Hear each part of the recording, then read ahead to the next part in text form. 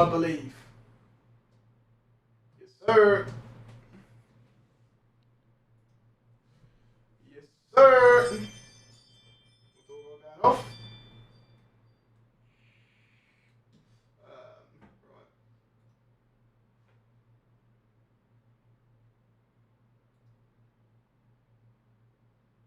Oh, cool. We're live. Let's go. Let's go. Off to a strong start, boys.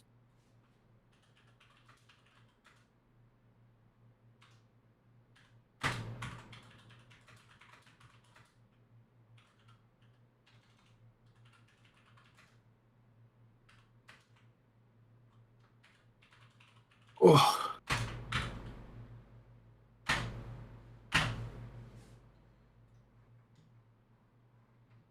I'll leave it down to you, Ben, to explain what we're doing while I get everything set up.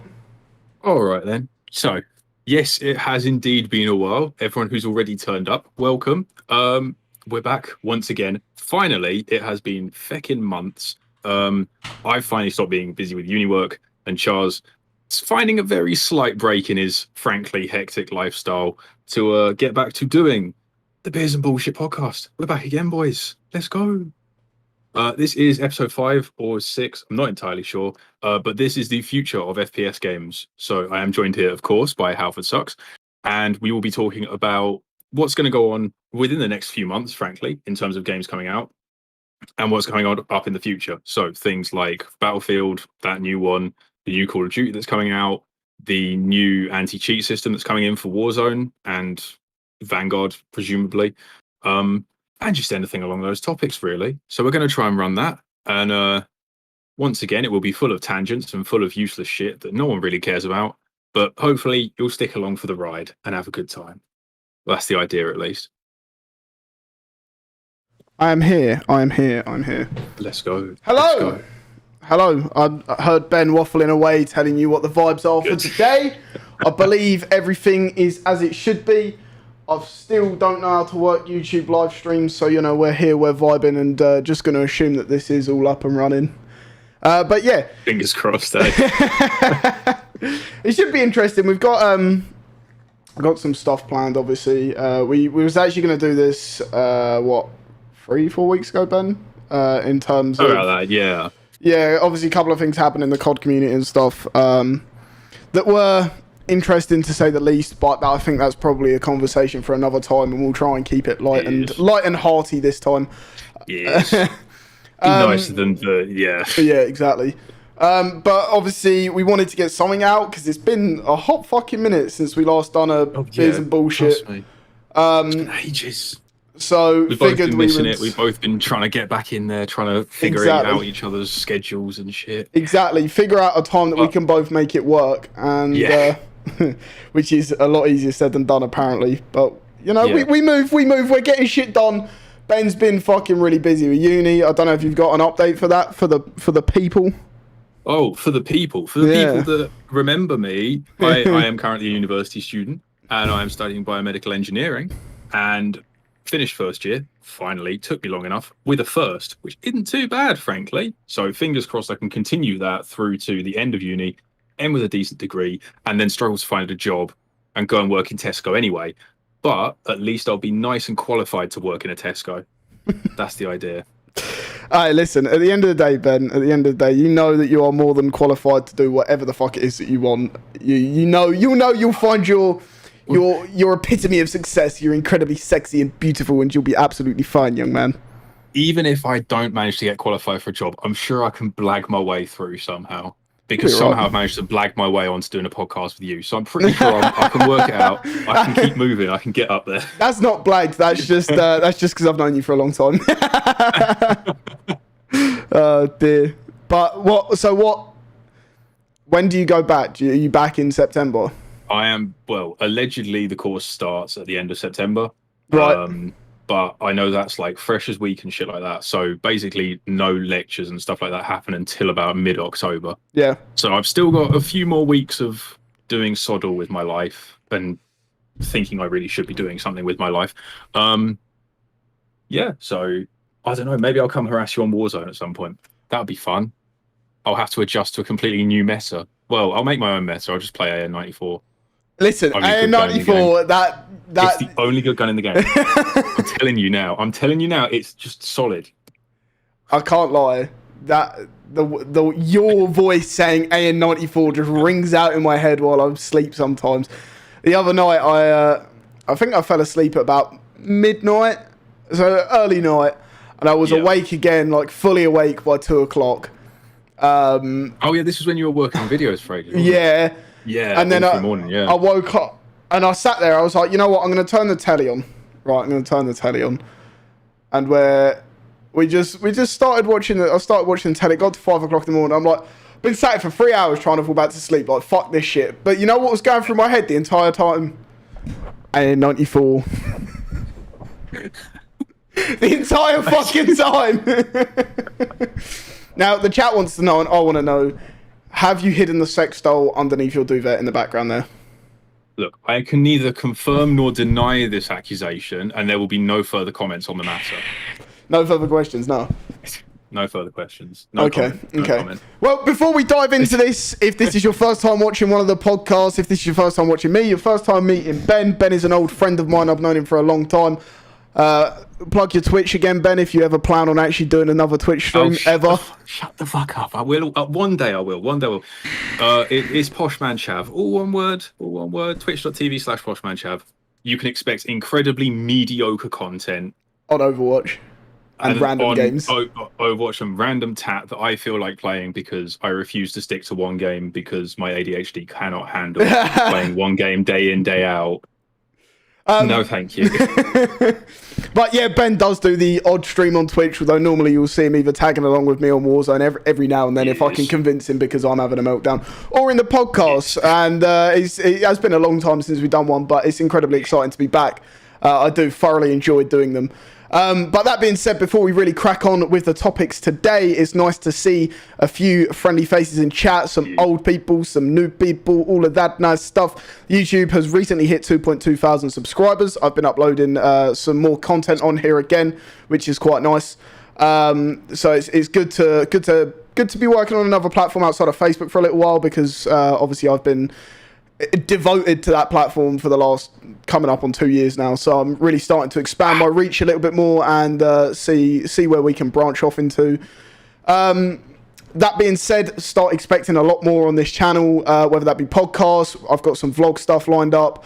We're going to go to the music video you were talking about. The music video, which a lot of people have been badgering me about because I played it on stream the other day and said I was going to do a video, and now I keep getting it. We've got some trips lined up in terms of like hauntings and stuff, which I'm really excited with. We've got some paranormal groups getting involved on that, which I think will be really, really cool. On top of a shit ton of other stuff, obviously, if you haven't seen the recent setup tour and like a tour of the office, I posted that a few days ago, as well as the story and the build up to that too. But yeah, we're back and we're going to be jumping in, and today we will be talking about the future of FPS games. We're going to be talking predominantly about Battlefield 2042 and Vanguard, and obviously with Vanguard comes Warzone.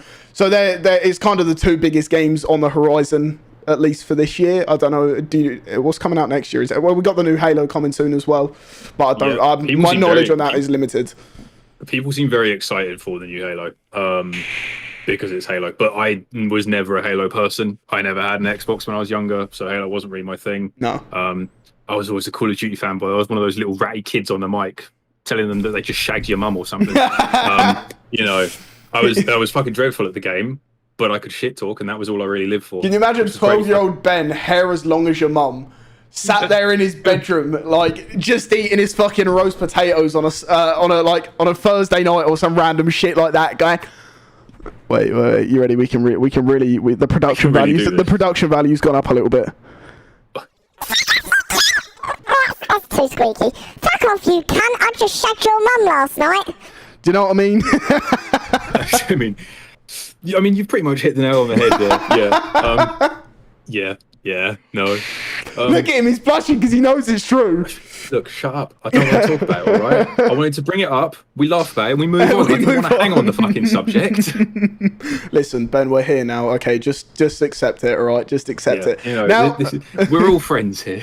Something this is like an that. open space. Something like that. Now, my question to you, Ben, is what are you most excited for? Like, obviously, you've been a big Call of Duty fan for Years. probably as long as I have. What's your experiences with Battlefield? What have you played in like the past? Are you excited for the coming Battlefield?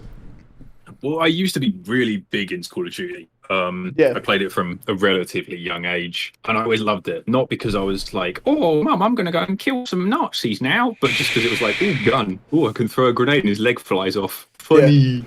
Yeah. And then as it went on, obviously, the newer Call of Duties came out and they were way more interesting. And I got older, I got more into it. And then I stopped around about Black Ops 3. Okay. Black Ops 3 was good, but I don't think I ever bought it because I was just like, I'm bored of this now. Because all of my friends started playing Battlefield. And so my first ever Battlefield was Battlefield 3. And if there are any Battlefield fans in here, they'll slate me because everyone loves Bad Company 2, which came just before it. So I played Battlefield 3. Played Battlefield 4, then Battlefield 1 because Battlefield don't know how to number things. And then at that point, I sort of stopped. Battlefield 1 was set in World War One, but still with automatic weapons, which didn't make much sense. And then Battlefield 5 was after that. No one liked Battlefield 5. And now the new Battlefield's coming out. And the new Battlefield is very much in the same vein as Battlefield 4. So it's slightly futuristic, not too far in the future. But, you know, it's futuristic enough that you've got a bloke with full armor, an LMG, and a grappling hook attached to his arm that he can just fly up buildings with. You mean Batman? You know, Batman with an LMG. Yeah, exactly. The thing, I'm quite excited for it. I've seen some gameplay. I have to preface, don't go and look for gameplay. We're not going to show any gameplay here because everyone who has leaked gameplay has technically failed their non-disclosure agreement.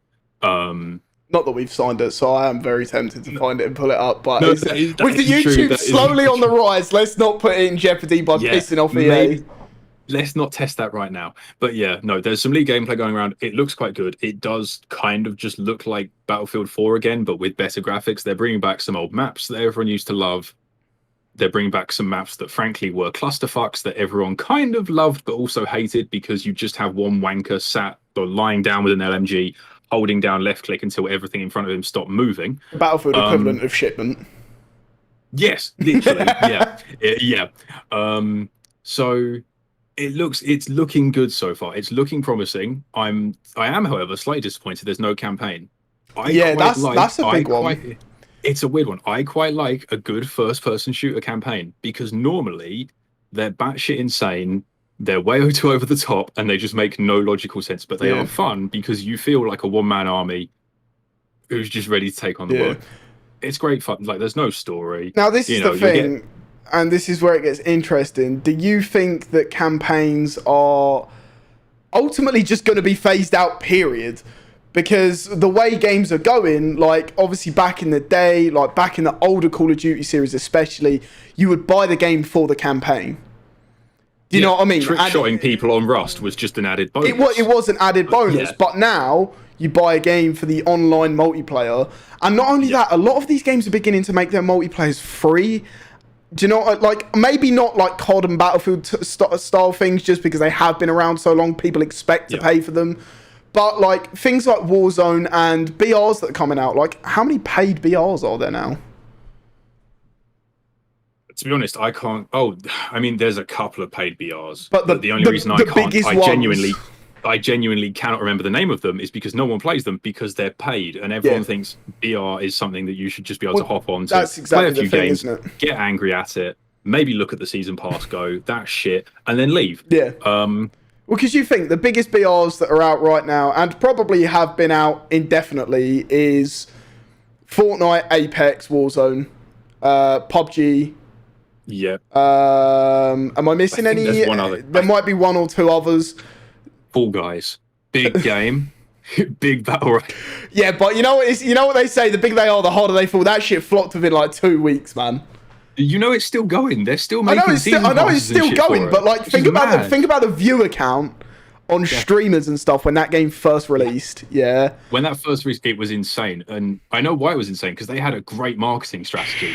They said, A bit Bright like colours. with Valorant.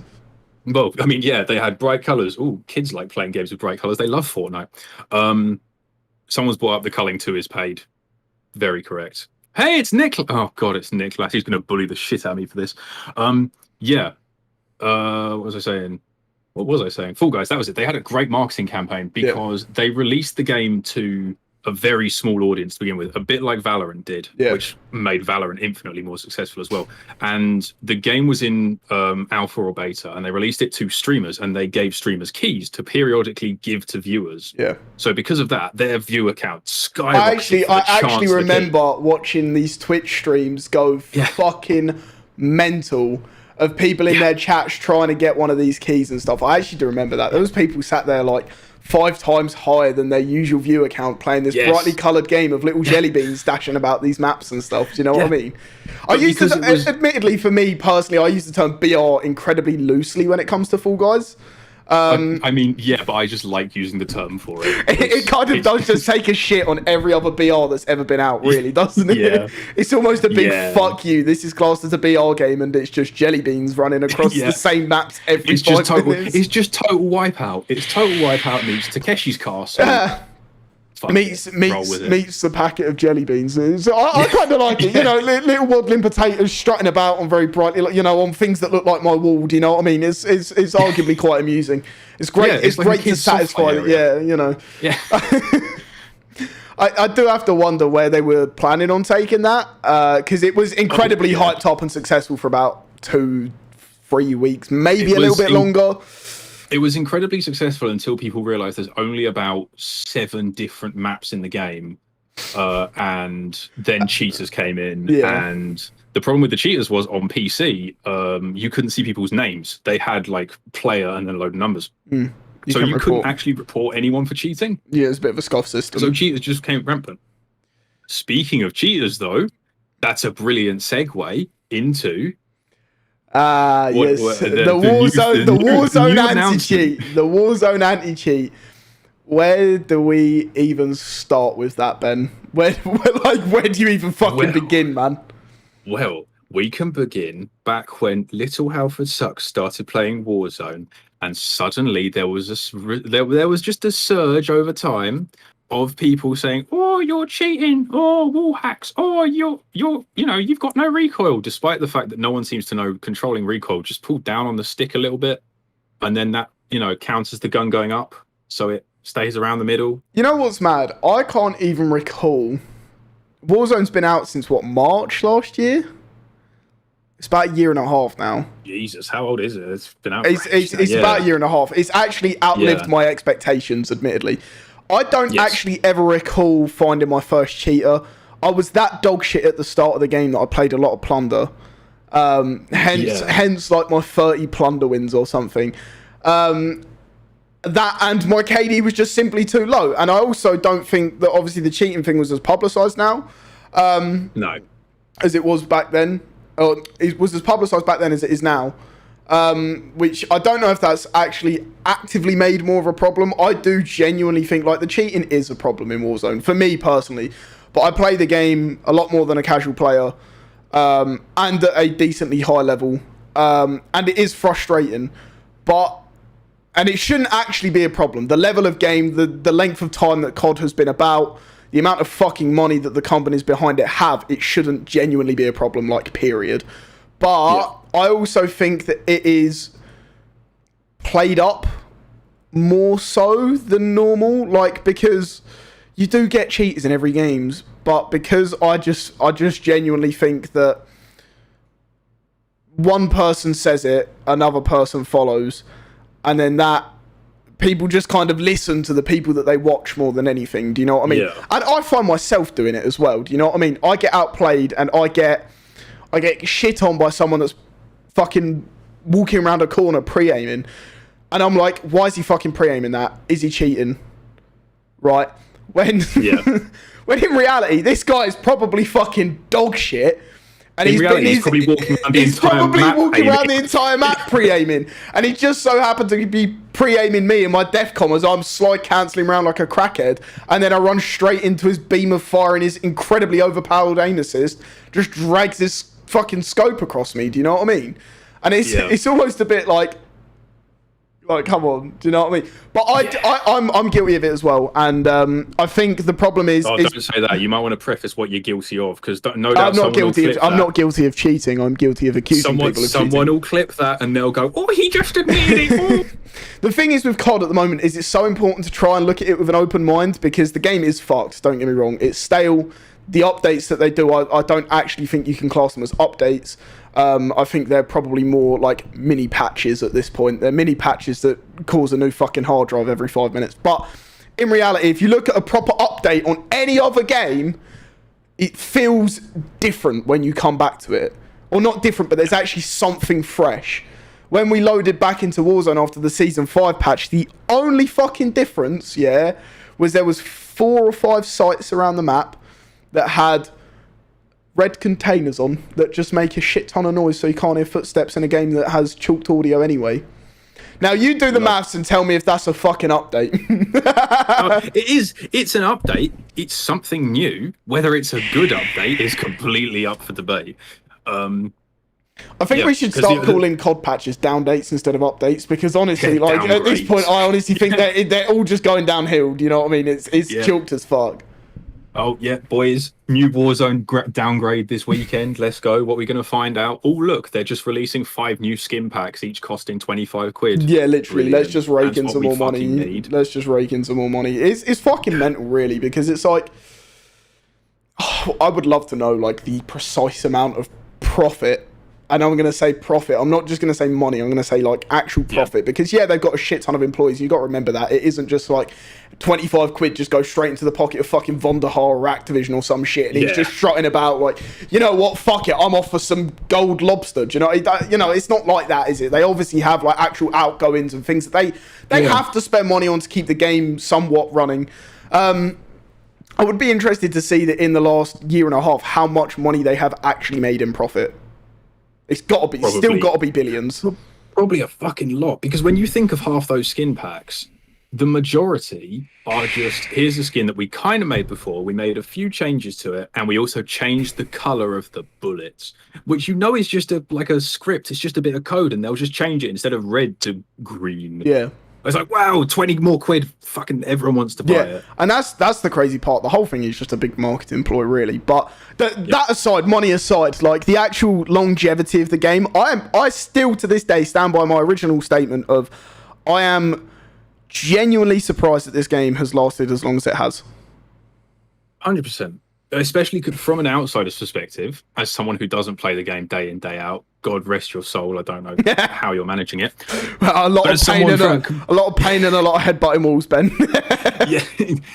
I mean, give it time. That wall in the back will just be filled with craters. Listen, I've refilled that wall 15 times since I've been in the office. I've only been in here 2 months. But from an outsider's perspective, when, I touch on BRs occasionally, like Apex. I used to play shitloads of that. Now, not so much, because, again, a bit like with Warzone, the game is just a bit stale. It's, again, drop, try and find a gun, find the worst gun in the game, get punched to death, back to the lobby. I feel like you've had the same experience before, probably. Not on Apex, but Warzone, yeah. Well, no, but on Warzone, exactly. Just get pistol whipped to your graves. Like, I could honestly make like maybe a 4-hour compilation of me getting pistol whipped and fucking screaming. Yeah. Did you ever play when when in Stadium they had like a series of doors? Like a series of small rooms in Stadium. It was after the top had been blown off, but before the current Stadium. And in these rooms, each of them had a series of gold crates. So if you got there and you won that room, you basically had loadout more or less every time, as well as satchels and semi-decent guns and whatever. All this stuff, yeah. So there was this one particular one on the corner, and it was on the corner that was closest farmland, if that makes sense. So you got sort of Stadium here, and then like farmland over here is on this corner. Yes. There was one in that corner in the floor, and you could literally parachute straight through the window and go straight into that room and get 3 gold crates off the rip. Yeah. Which is great. It's great. Really, really, really good. But because once people obviously figured that out, there was TikToks and YouTubes and blah, blah, blah, blah, blah. And so everyone was fucking landing there. and then you would basically fly through the window. There would be about four other teams. Yeah. And everyone, it wasn't actually about gun skill or movement or anything like that. It was just who can chin who first. Yeah. And every fucking time, it was me. Every time without fail. Unless I got a gun, I was the cunt getting chinned. Every time. Yeah. And I swear to God, the amount of times I landed there, got fucking punched, screamed about it, and just backed straight out of the game and re-queued was... Yeah. There's probably 4 hours worth of footage around that period alone. I like to call it content. It slightly does rot away your brain while you're getting said content. But, you know, speaking of content, though, and this fed into something that I was going to say earlier when we were talking about campaigns. Far away. Yeah, because you asked me, like, whether you think campaigns are here to stay or whether they're going and they're being phased out in terms of free games. And then we went on and on and on. I think campaigns, sadly, will be phased out because campaigns, as you were saying, campaigns don't make nearly as much money as they used to, where you would buy a game for a campaign. Yeah. Now you are buying a game for the multiplayer experience. And so I think, as you say, more and more will become free in some way or another. Yeah. Or potentially do what Rainbow Six Siege did. Rainbow Six Siege is like a 5v5 tactical shooter. I've played Some people really love it. I don't like it. I've tried it. I only like it fucking around and just knocking holes through walls because it's interesting and something to do. They introduced something where you could buy the standard game where you got 12 operators or something, 6 on attack, 6 on defense, and then you can unlock the others through playing, but it takes fucking ages. The other thing they did was release something that was about 10 times cheaper, and it was called the Starter Edition. And you got 1 operator on attack, 1 on defense, and the rest was a fucking grind, like even longer than it takes to just unlock a standard operator now, which I think is a horrible marketing scheme because people will pay for the cheaper game and they'll think, oh boy, a cheap game, I can play it. And then they're immediately just locked behind a paywall for any of the actual content, meaning they're going to make money out of, like, they'll sell the cheaper games, but they'll make more money. And I think more games will do that with season passes specifically. Season passes I kind of get everything. Yeah, 100% they come into everything. I mean, I don't know specifically what game was first to do a battle pass, but Fortnite was the first one to do a I think good Fortnite battle was pass. The first one. Fortnite was the first to really popularize it, in my opinion. I think if you look at a lot of gaming, a lot of BRs and microtransactions, Fortnite really normalized that shit. Because, and I think it normalized a lot in terms of content as well. And the expectations for content too. Whenever I compare a game to another game, I compare that game to Fortnite. And I say, for whatever it is, so many people disliked it. So many people didn't like it because it was childish, whatever. Everyone has their own opinions on that game. I wouldn't have started streaming if I didn't play that game. So I do have, it does hold a place in my heart as much as it fucking infuriated me.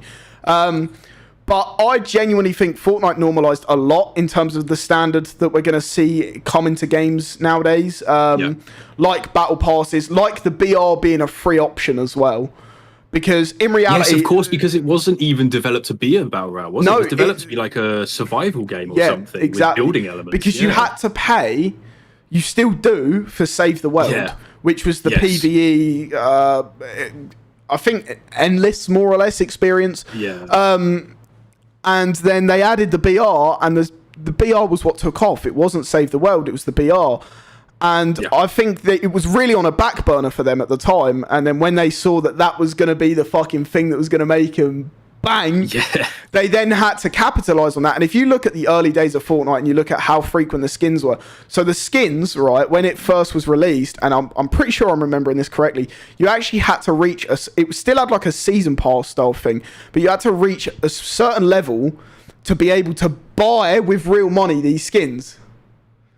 Right. Which seems backwards, doesn't it? Because you would unlock a series of free items, and then every 10 levels, say, you would be able to get access to buy the skin, which was completely backwards. Because not only have you got to fucking grind, you've got to open your wallet up as well. Do you know what I mean? But thing is, oddly enough, that was probably a good marketing strategy to begin with, because that solves 2 problems, really. It solves, how do you keep your players paying for stuff? And effectively, because every time you reach that, say, 10 level gap, you will feel accomplished because you have unlocked something new. You haven't really unlocked it, but you've unlocked the ability to pay for it, which sounds criminal now. But secondly, it keeps your player base, because it always gives people, oh, it's not that far away. It's only 10 levels. So once you get there, you're keeping your player base because they'll want to reach the next one because there might be an even better skin there. Yeah. And then once it gets there, you're making more money because this got is there and the they thing. think, fucking hell, right, I've spent all that time doing it. Yeah. I might as well pay for the fucking reward kind of thing. This is the thing with Fortnite, right? And I don't know. I haven't played the game in over a year now. I have. But there was... Fucking hell, I hate to think how that went. There was some... incredibly rare skins because of that, even though it still had a pretty substantial player base at this point in its very early days taking off. Because you had to unlock and buy them, it meant that these skins that were released in that time period as a battle pass skin were fucking rare. So come into, a few months down the line when they've now normalised, okay, you don't have to unlock it, you'll have a leveling system like COD does now and a battle pass system like COD does now. You can buy the battle pass and the leveling you just get as a progressional seasonal rank regardless, right? Come then, there's now these handful of skins that only a handful of people have. And in reality, if they wanted to be shady wankers and say, because we have... revamped the entire way this is all done and the systems all work differently now, we will re-release these skins as purchasable items because of the fucking hype a year down the line. And it was still a thing a year down the line. Because of the fucking hype, they would have sold millions of them. Oh yeah, 100%. You know what, that's one thing I have to credit Epic with, is they, to my knowledge, haven't done that yet. And that they would make fucking bank off of it. Do you know what I mean? Even if they did like a limited release for like 12 hours or some shit, they would make so much money, man. But they haven't done it. To my knowledge, they haven't done it at least.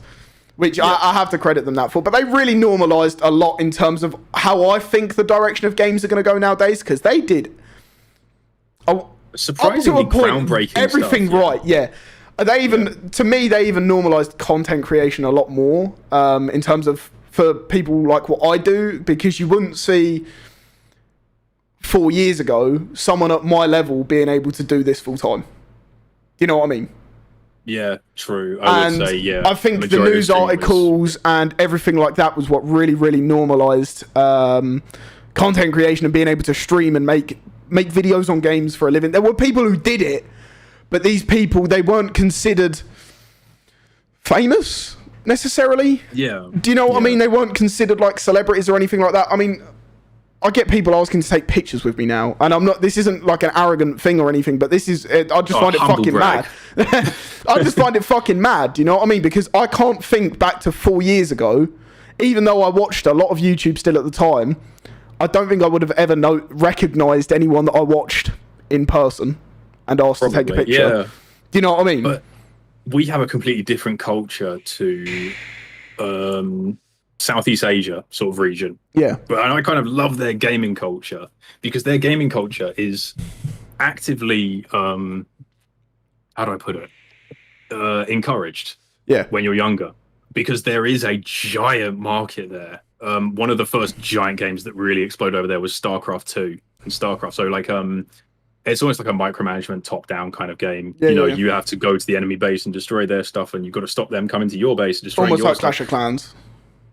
To a degree, I suppose. But their gaming culture is encouraged. They say, do it because there is a future there. Yeah. And over here, if you imagine that 10 years ago, you couldn't imagine any of your teachers saying, yeah, if you're really good at that, go and do that. Don't they do, like... Not even 10 years ago. I mean, 5 years ago. If you think of the school we went to, imagine you saying, oh, I'm dropping out. Oh, what are you going to do? Oh, I'm going to go and make a living off of playing video games, basically. It's crazy. Yes, there's a lot more that comes with it. It is crazy though. Like the original concept of what I actually started doing when I started doing it was literally I just turn a camera and play a fucking game for a few hours till I get bored and go off.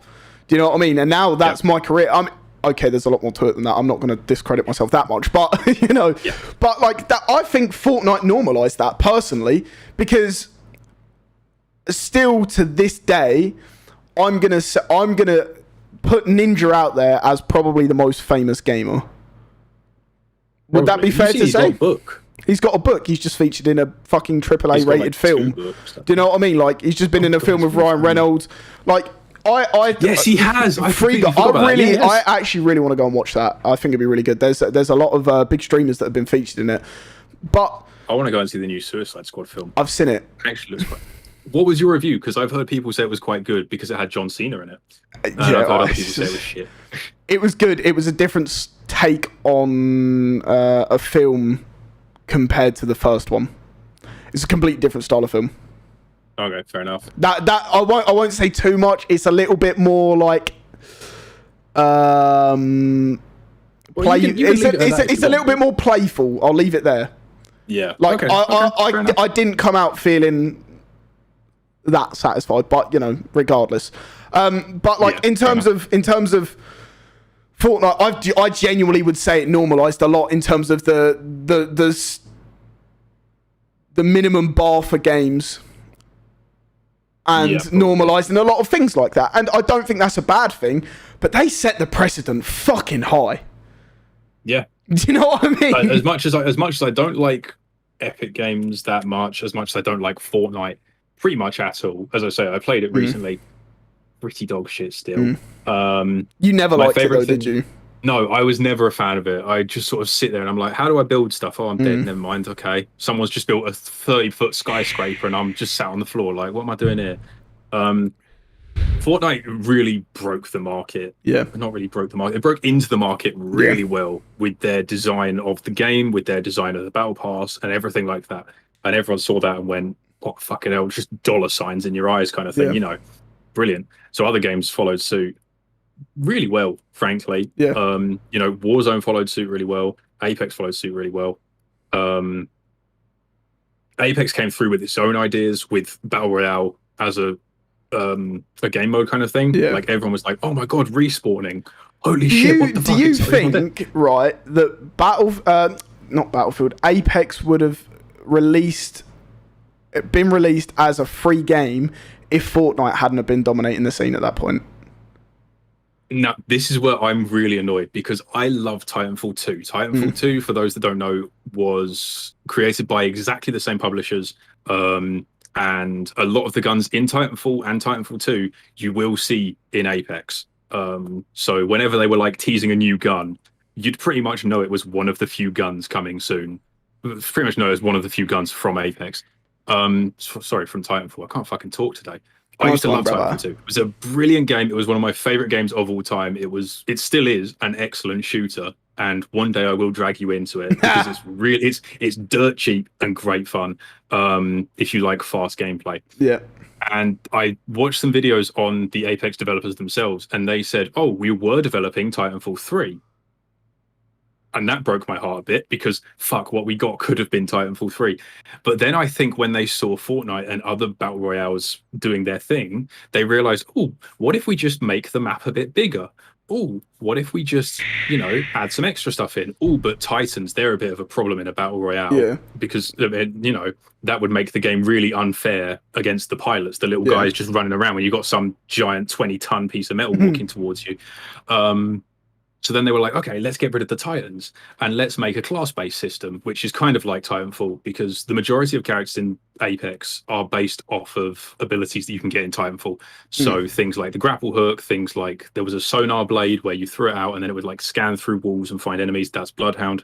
I'll drag you through Apex and I'll show you what I mean. So I wish they made Titanfall 3, but no, then they just went, fuck it. Let's just make a battle royale. Called it Apex. Job done.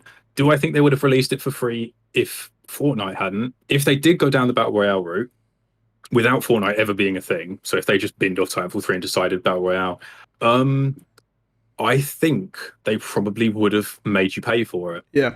I think that's the same case with Warzone as well, you know? Yeah. I wouldn't blame you for thinking that way. Because if you look at anything in the past of COD, every single thing that's ever come to COD has been behind a paywall. Everything.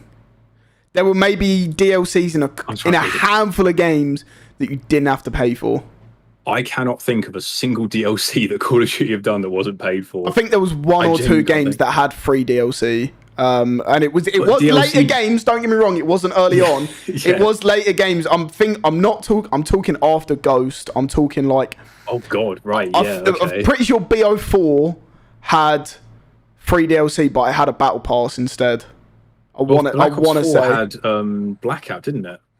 Yeah, but that was which was a battle royale on its own. It was a BR, but that BR was incredibly competitive, and if you speak to a lot of the pro Warzone players now and the very, very competitive Warzone players now, a lot of them started in Blackout, and they loved the Blackout system. I personally, when I played it, wasn't a fan of it, but Blackout was free if you owned Black Ops 4. You couldn't download Black Ops separately as a free game. You couldn't it was free as a part of Black Ops 4.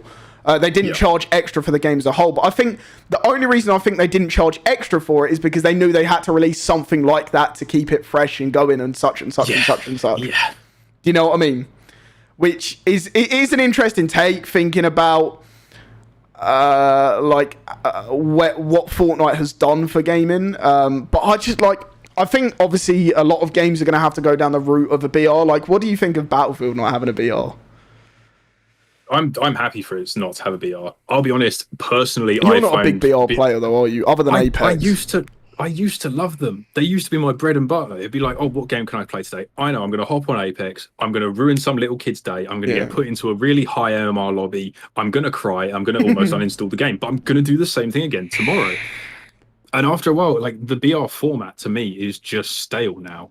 I can't stick it anymore, because you may have that one game where you go on an absolute tear, you know, you have a great time, and you reach the end of it, and it's not met with a feeling of, oh, thank God I finally won. That was brilliant. It was met with, oh, for fuck's sake, I've got to start it all over again now. And I'm going to be in a really sweaty lobby where my next few games are going to be absolute pain until I can go back to dunking on 12-year-olds. Do you think SBMM is, like, period, not high or low, just SBMM, like, period, do you think that is a good thing for BRs? For the general casual player? In some ways, yes. In some ways, no. The difficulty with SBMM in BRs is that BRs are volatile as fuck. Yeah. There are times where you will drop in and get some excellent loot because it is randomized, and you could drop on, say, the high ground, and you have all the advantage on this little kid that's just dropped and just picked up his first Renetti of the season, and he has no idea what's going on. And yeah, after that, your skill-based matchmaking, the skill is going to think, oh, that's quite good for you. Why don't we put you in a slightly better lobby? Because clearly you can play better than that. But then in other way, that's why I would say, no, it's not very good. But then in the same vein, if it's just genuinely randomized, which I do not believe any of it is randomized. Like, Apex has a ranked mode and an unranked mode. I refuse to believe that unranked mode has no ranking system whatsoever. Which is, I'm surprised that Warzone hasn't done some sort of rank system yet. This is a big thing, and the thing is with a ranked mode is, for a lot of people, it would solve a lot of issues with cheaters. And I'm not talking like, hello, I've got wall hacks. I've had wall hacks since season 3. If you took them away from me, I'd be dog shit, because I still move like a pansy, but I can drop 20 kills a game, but pretend I'm not cheating, because they're so hard to catch out and ban. I'm talking, it would save you a lot from, like, rage hackers, because, rage hacking is definitely a problem, but they do get banned. They get shadow banned, and that means obviously they're taking weeks off from that account at a time, which would make it harder to get it to the higher ranks. If you're a higher level player, then it would be, if you're pub stomping, you get shit on by cheaters, then you play ranked instead, and you get shit on by nerds instead. But the problem is with that is, I don't think COD will release ranked, and I think they might release it with Vanguard. It's not confirmed to my knowledge, but I think they would be stupid not to release it with Vanguard, just solely because the state of COD as a whole. It would be so volatile and rough to compete in a ranked competitive mode, especially if you looked at I don't know how ranked on Apex worked, but I remember ranked on Fortnite, it would be every time you jumped out the bus, you would actually lose points. So to stay in the ranking that you was in, you'd have to consistently make more points in that one game than you would lose points queuing into that game. Now, that's obviously a big part of how ranked works. Thing is, if you do that and you don't have an anti-cheat, you could grind your way all the way to a high level rank, and then you can have someone who somehow hasn't been banned on their grind up to that point. Yeah. Who can then start just setting you back and setting you back and setting you back. Yep. But I think it would help somewhat. Although it would be arguably more frustrating to die to a cheater in ranked than it would be in pubs. Oh, yeah, that's true, actually. That would probably incite a whole new type of rage in you. 100%. If you're, if you're just about to break even, and, this could be your D rank match, you're just about to break even on the skill points or whatever, and then you just get rinsed across the map with someone with an LMG hitting you through a wall.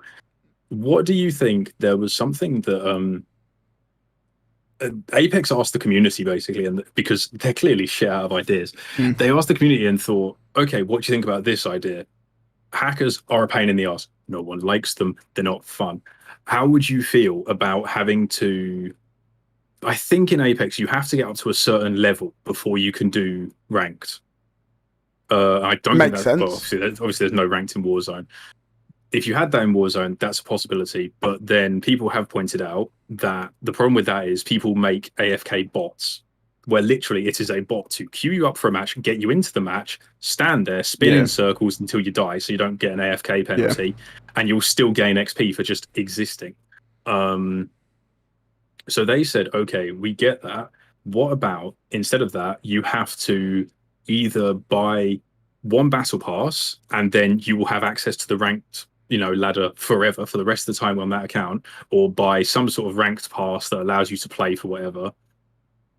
Do you think that would work? And a lot of people said no, but I mean, I'll ask for your opinion as well, because that then stops people hacking, getting caught, immediately making a new account and just fucking about again. Yeah. Because who's going to want to invest money into it? Only to get an account banned. What do you think of that? I think as long as you're perma-banning cheaters or perma-banning the account of that cheater, there are obviously spoofs for hardware bans and stuff, but you perma-ban that account whether they've paid for it or not, regardless. There should be some sort of I can't fucking figure the word, my brain's gone dead, but like redeem your account back type thing. Oh, so almost like an appeal. Yeah, an appeal system. Yeah. Because it wouldn't be the first time where people have been falsely banned. It happens in Warzone especially. There should be some sort of appeal system. Just on the off chance you've spent 10 quid on the battle pass, you fucking get banned, and then you're like, well, I've spent 10 quid on this battle pass, and the battle pass, blah, blah, blah, blah, blah. Let me appeal it, blah. They can do an actual sweep of your account or whatever. Because, but personally, for me, I might have a bias on this, but I spend money on games anyway. I did before I streamed, not to the extent I admittedly do now. But for me, I would pay for it because it's a content thing. Do you know what I mean? Yes. But I think for the general casual player who has no real interest in playing ranked anyway, do you know what I mean? You are putting something behind a paywall. I think for people who take the game somewhat seriously, enjoy being competitive, I don't think they would mind. But it is putting part of a free game behind a paywall just to be able to play it, which is immoral sometimes, potentially. Do you know what I mean? I don't know where you would draw the line at that. I suppose they could still validate it, because in theory you still have access to the game. You can still play the game. It's just one game mode. Personally, I wouldn't see a problem with it. I would happily pay a fee each season or like a one-off time. Provided there was some sort of, because I've seen people who are completely legit console players as well get banned from Warzone falsely. And there's no appeal system for that on Warzone. If your account gets permabanned, your account gets permabanned. You have to make a new account. There's no two ways about it. And that's obviously very volatile, and it does actually scare me. Like this morning, I went to load up the game, and yes, I saw. Did you see it on Twitter? So I tried to load up the game, and the amusing part, I was literally titling my stream 2 months until I'm banned from playing Warzone. Right, and I did actually a disclaimer beneath that in the description. This is a joke, by the way. This is a joke, by the way. Look at the fucking dads on Facebook. Don't understand what a joke is, But as I'm typing that out, I'm like, right, let me get the game booted up so it's ready, just in case I see like a pack or something I can make a different title on, even though this one is amusing.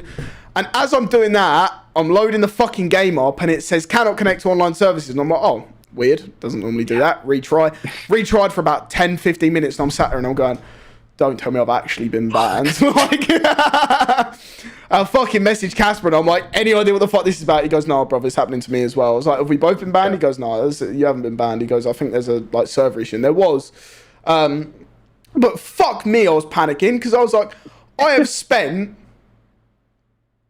upwards of hundreds at this point. 4 digits. I know it's 4 digits. I think it's about £1.50 on COD points packs. Obviously, I buy the battle pass out every season to fully on the first day. That's like 150 you're quid. Keeping the electricity on down at Blizzard, aren't you? I've spent like upwards of £1,500 on that game. Much to my dismay, I'm not a big lover of the fact that I do that. Obviously, for me, it is different because it is my job. I do make content on those packs. I wouldn't normally do that. Admittedly, I spend quite a lot of money on Fortnite as well. But like, this is genuinely a big part of my job, is buying packs and making content on said packs, etc. And I was fucking terrified. I was like, I don't fucking cheat, obviously, but what about the idea of my account being falsely banned after spending over a fucking grand? Do you know what I mean? It's like, fuck, that I could literally just piss that money down the drain. Do you know what I mean? Like, that shit's terrifying, man. Hold on. Dinner.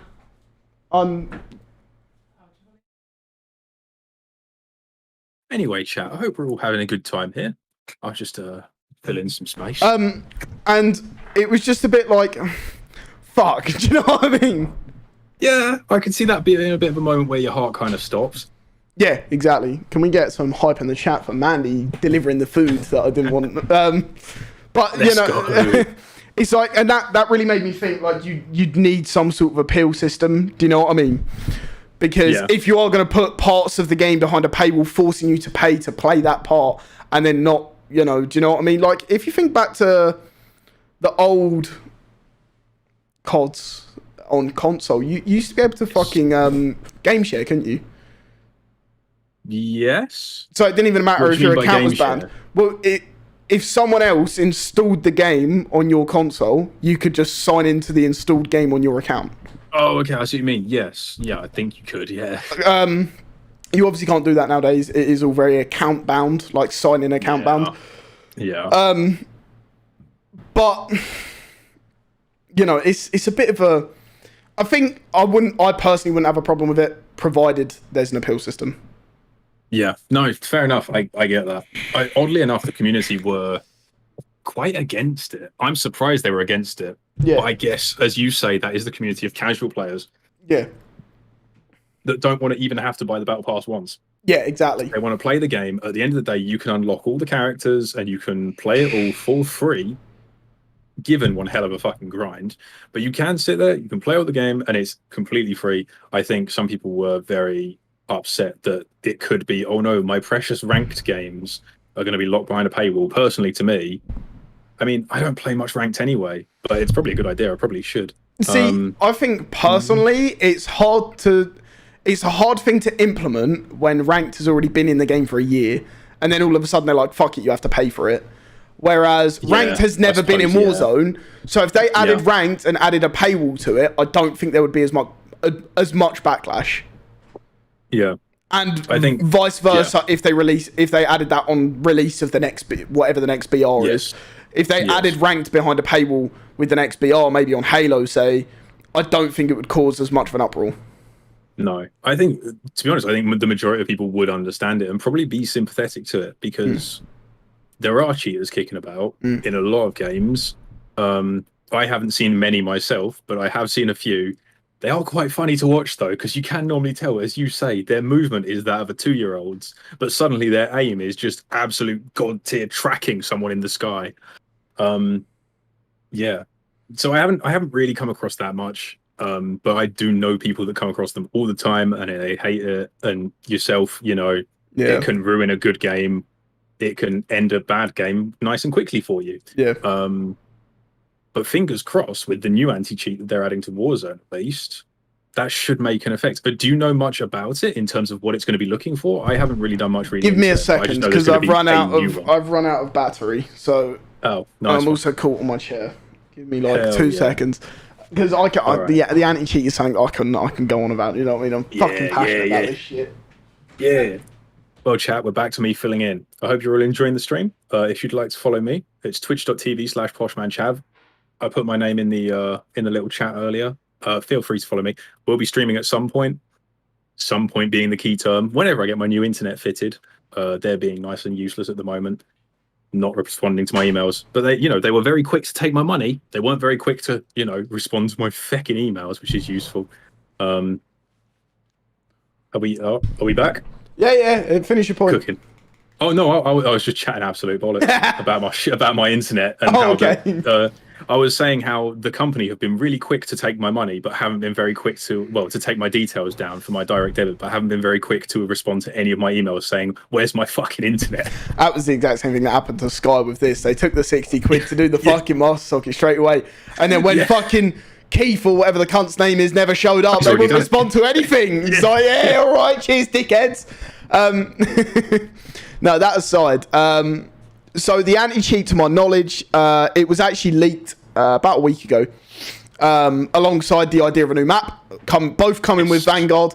It was confirmed on the Vanguard reveal yesterday. Now, supposedly, there's a very credible leaker at the moment called Tom Henderson on Twitter. I know he's something to do with Activision and the companies surrounding it. I don't know exactly what he is, and I don't know how the fuck he gets away with leaking it all, but he does, and he's actually very credible. Everything he said thus far has been correct, so it's safe safe to assume that what he's saying is right.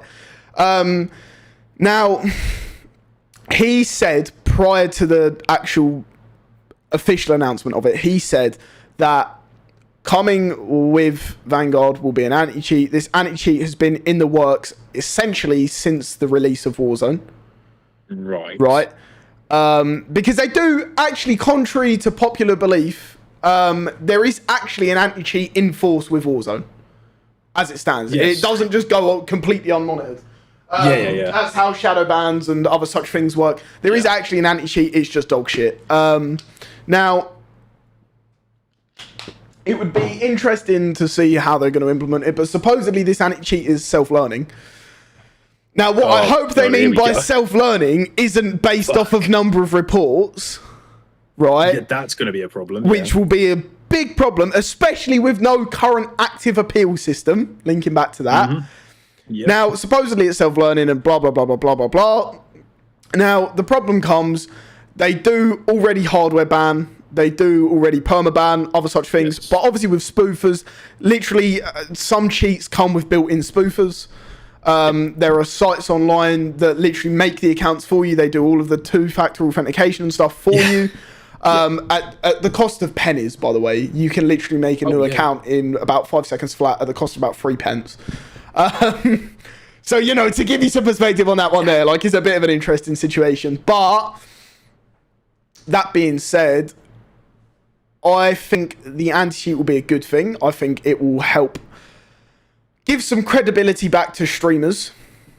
There are people who are sus. I do see things that are sus. I do look at things and think, fucking hell, do you know what I mean? And that's coming from someone who is considered a good player. Now, that being said, I even watched back some of my own footage at the time. I was literally editing a video earlier. Yes. And I jumped, I was watching it in context as well. It wasn't even like it was edited. And I looked at it and I went, how the fuck did I know those cunts were there? And this is the thing. What you've got to remember, though, and this is such a huge part in content, is I'm playing on a 1440p monitor with no delay. Yeah. At however many 170 to 200 frames per second at the moment running Warzone. The footage that I am watching back is recorded over bandwidth, NDI, bearing in mind it's not even actually through a direct connection to a PC. It's bandwidth in 1080p at 60 FPS. Yeah. The quality difference and loss in audio as well is fucking insane. Yeah. And it really, really is insane. And you're also not in the game mindset at that point in time. Do you know what I mean? When I'm playing, my eyes are darting about like a fucking crackhead. You know what I mean? And I even when I did the when I've done eye tracker streams in the past, and I've gone back and watched it back, I'm like, fuck, do my eyes really dart about that much? You don't think about how much you look around while you're paying attention. Now, I've seen pros and CDL especially, it's huge in CDL. is the map. And the map gets me accused of cheating so many fucking times. Because it'll be like, I'll push a fight and I'll look up at my map. Now, I'm actually looking where the map would be now. Admittedly, I'm sat slightly further back, but I'm looking at where the map would be now. And I get accused of, you're looking at a second monitor, you're looking at this, you're looking at that. It was actually only relatively recently proven that you could properly have cheats on a different screen. And basically run the entire game twice on a separate screen so that you can do a monitor cam and it can be on a different monitor, blah blah blah blah blah blah blah blah blah. Now that's fine. It is what it is, you know. But there's not much you can do about that. The thing is, I've done everything in my power, at least at this point, to prove that I'm not cheating. I ran a monitor cam for months, still dropped absolute bombs, still played the exact same, blah blah blah blah blah blah blah blah blah. And the unfortunate part is, people just believe whatever they want to believe. It went from being accused of having wall hacks to now being accused of having fucking aimbot to the millions of Cronus accusations, despite literally having a camera that pointed at not only both my monitors, showed my controller and the cable. I deliberately chose a red cable to show it going straight into the back of my computer, and it doesn't stop anything because unfortunately people believe what they want to believe, and with nothing credible to back me up, because even if I had another streamer stick up for me and say, you know, blah blah blah, people just turn around and they're like, well, you're a cheater as well then. Do you know what I mean? And it's all just fucking Chinese whispers, and there's so much. The thing is, that wouldn't be a problem with an anti-cheat. I used to watch, so there was two streamers, you may have heard of them, they were called X2 Twins, they were huge in the Fortnite scene. These two guys, they had a big camera on their ceiling that basically showed their entire setups of them playing like on opposite facing monitors. And they were fucking incredible. They were insane players. And I watched them before and I said, holy fuck, how is that not aimbot?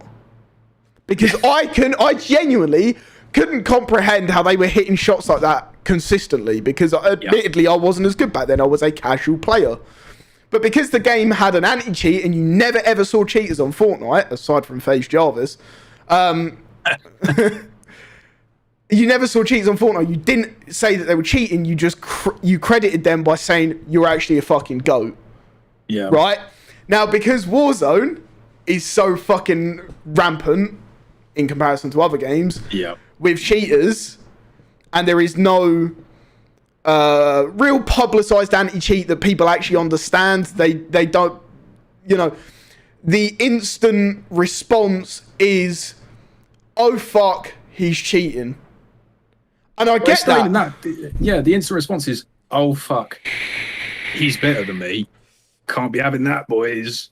Well, it's not even that. Cheating. It's not even that. It's because I've killed like 40,000 people in Warzone at this point. But it's the stream side of it for me. I get accused a lot less of cheating in game than I do in videos. Your camera's gone. Oh, hello. Than I do in videos, because normally people in game just accept that they're dead, or I don't actually hear the death comms. When I do hear the death comms of he's cheating, it always puts a big grin on my face. It's like, I'm just better than you, pussy. But like, what people don't understand when it comes to like content and things like that is things are edited. There's actually a 2-part series that I'm doing today and tomorrow. It's not really a series. It's going to be tomorrow's video, and I've done this deliberately because I want to piss people off. And with an anti-cheat coming, I'm going to be focusing a lot on making myself personally look sus to gain traction and blah blah blah. It's you know, unfortunately, as ratty as it is a marketing technique, and my videos have been underperforming lately. Fine. You know, it's one of those things.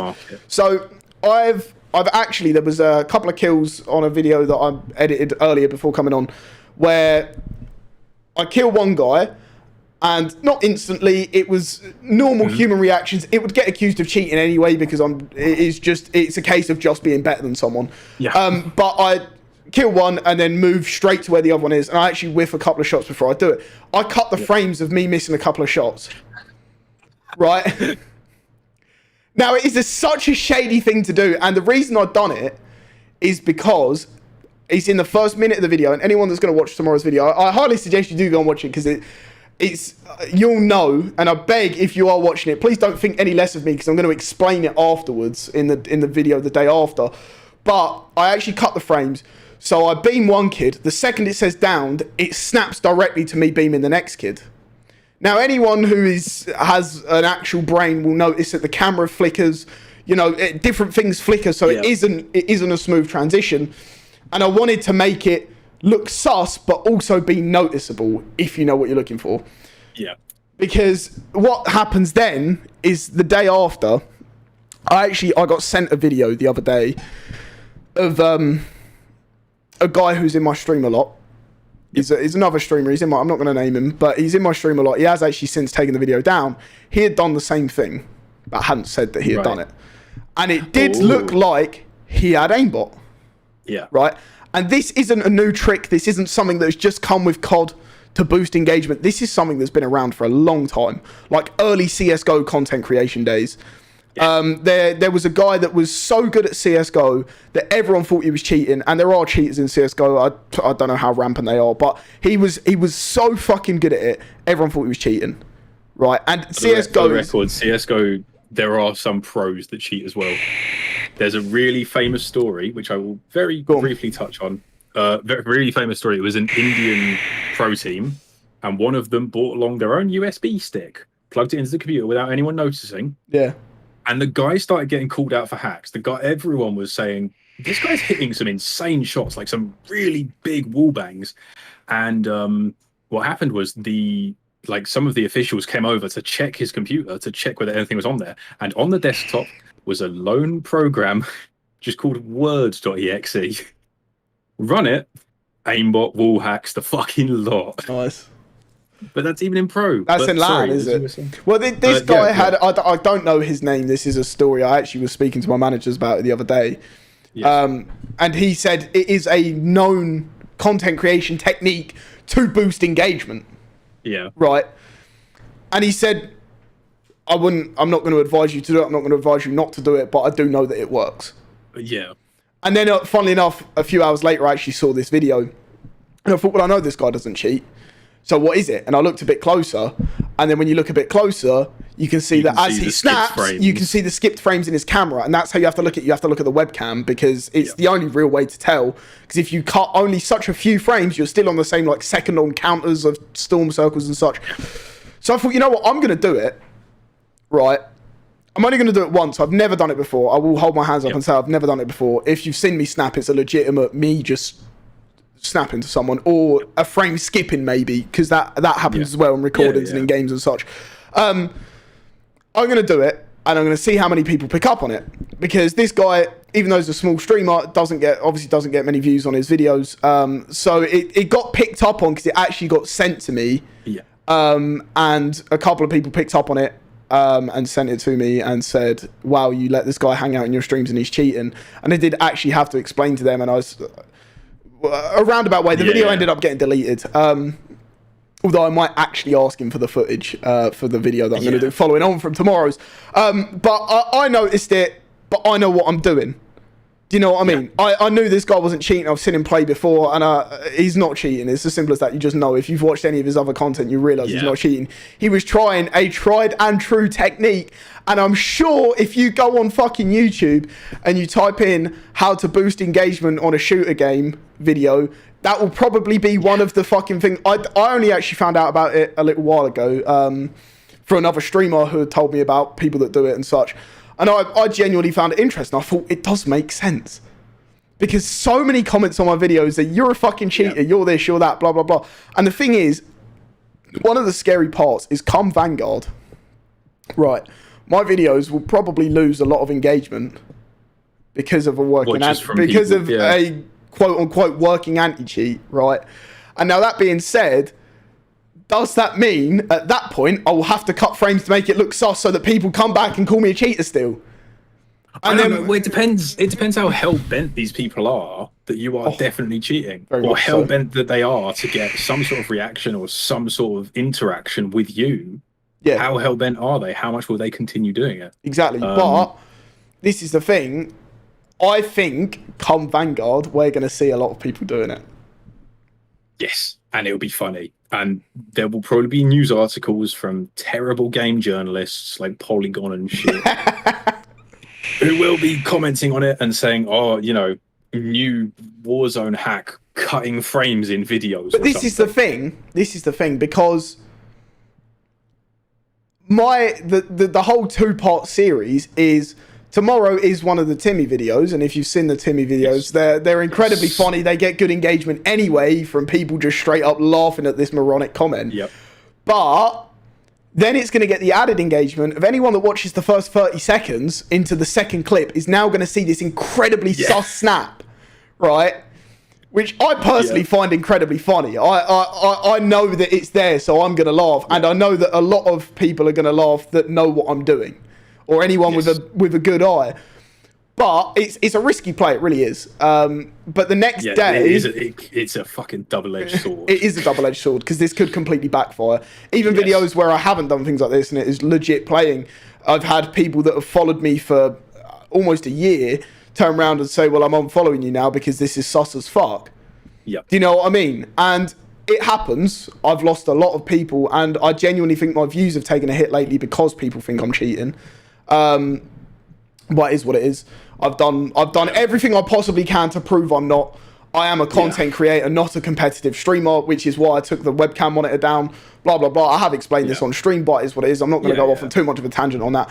But this is, in the content creation side of things, with a lack of anti-cheat, it's one of the only ways to make content on this game at the moment.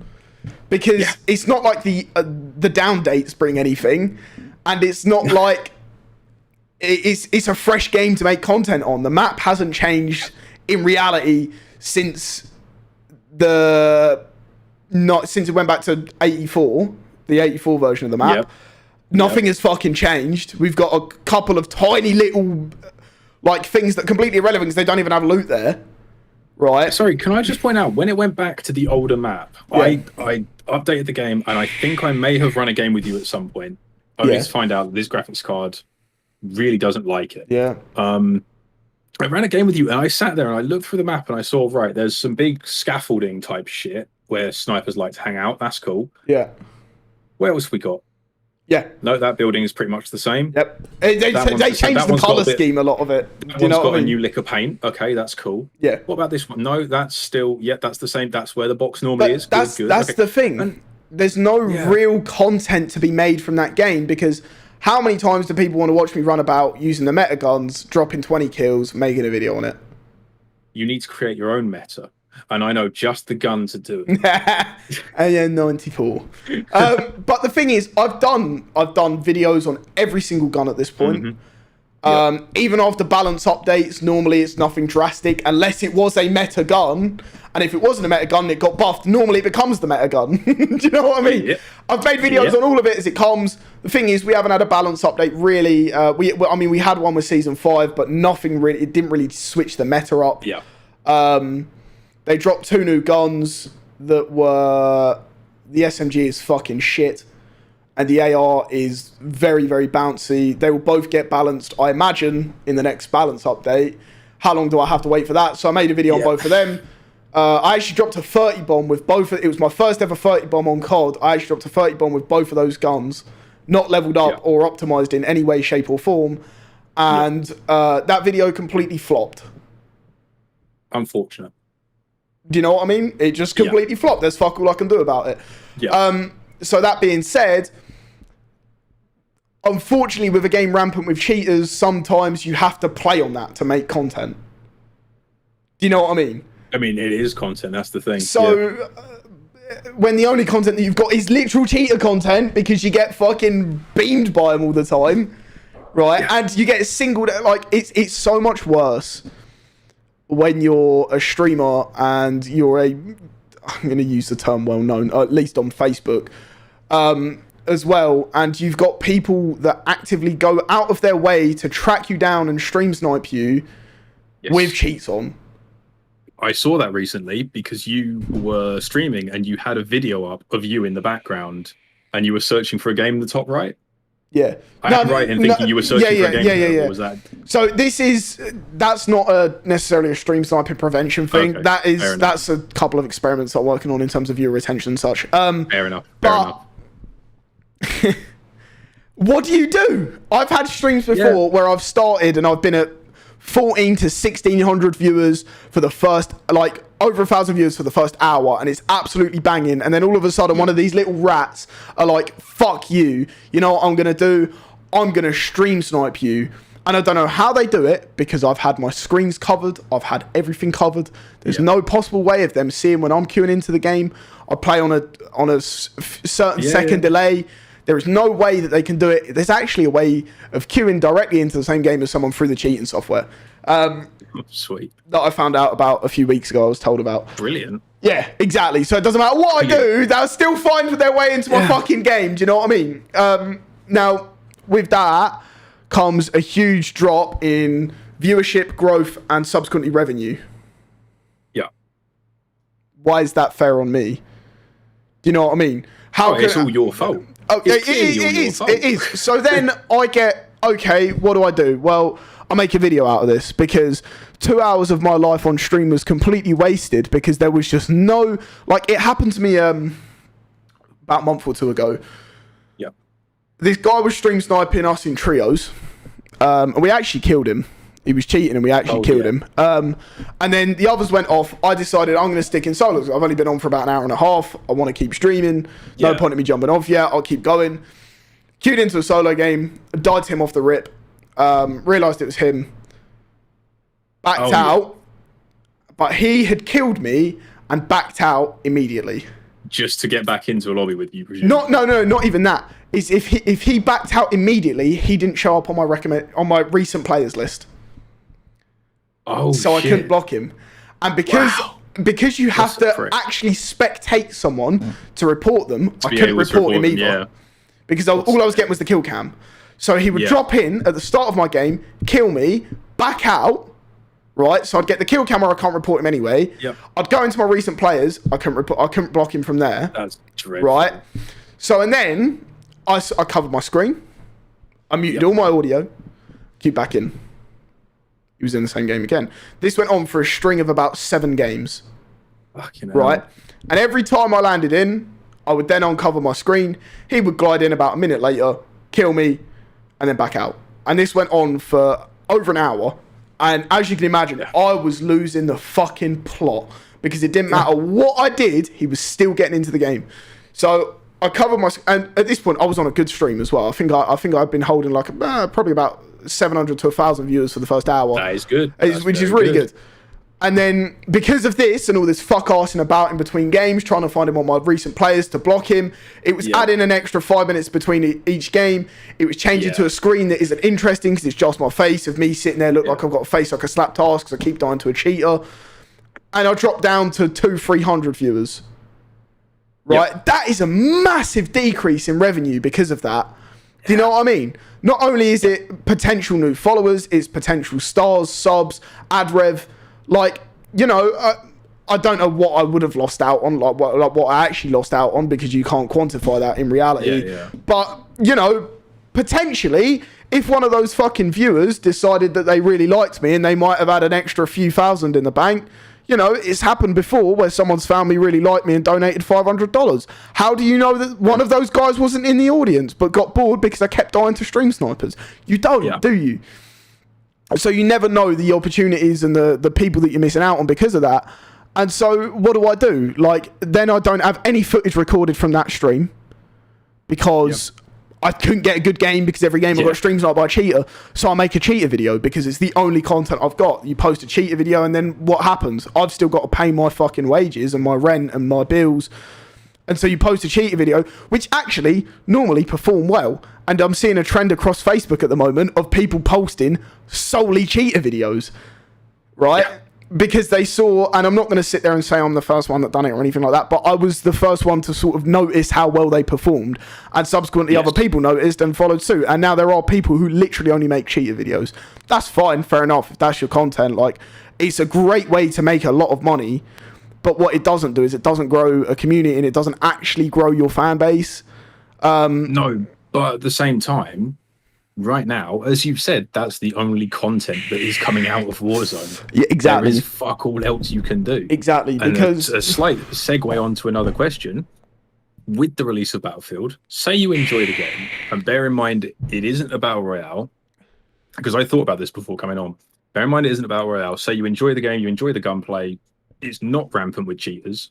You can drop good games. You can have a good time. You know, you can squad up with 4 or other people, like some of your mates, get on there, have a good time, maybe make a good video out of it, of like a little, you know, a few clips here and there of funny things happening, you strapping C4 to cars and driving it into a helicopter or some shit.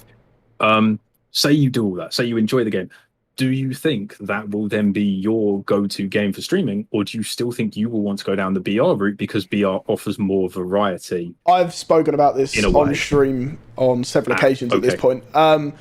My thought process on Battlefield is it is renowned for being a slow-paced game. It's not action-packed. Yeah. There's no two ways about it. Even the multiplayer isn't as fast as COD.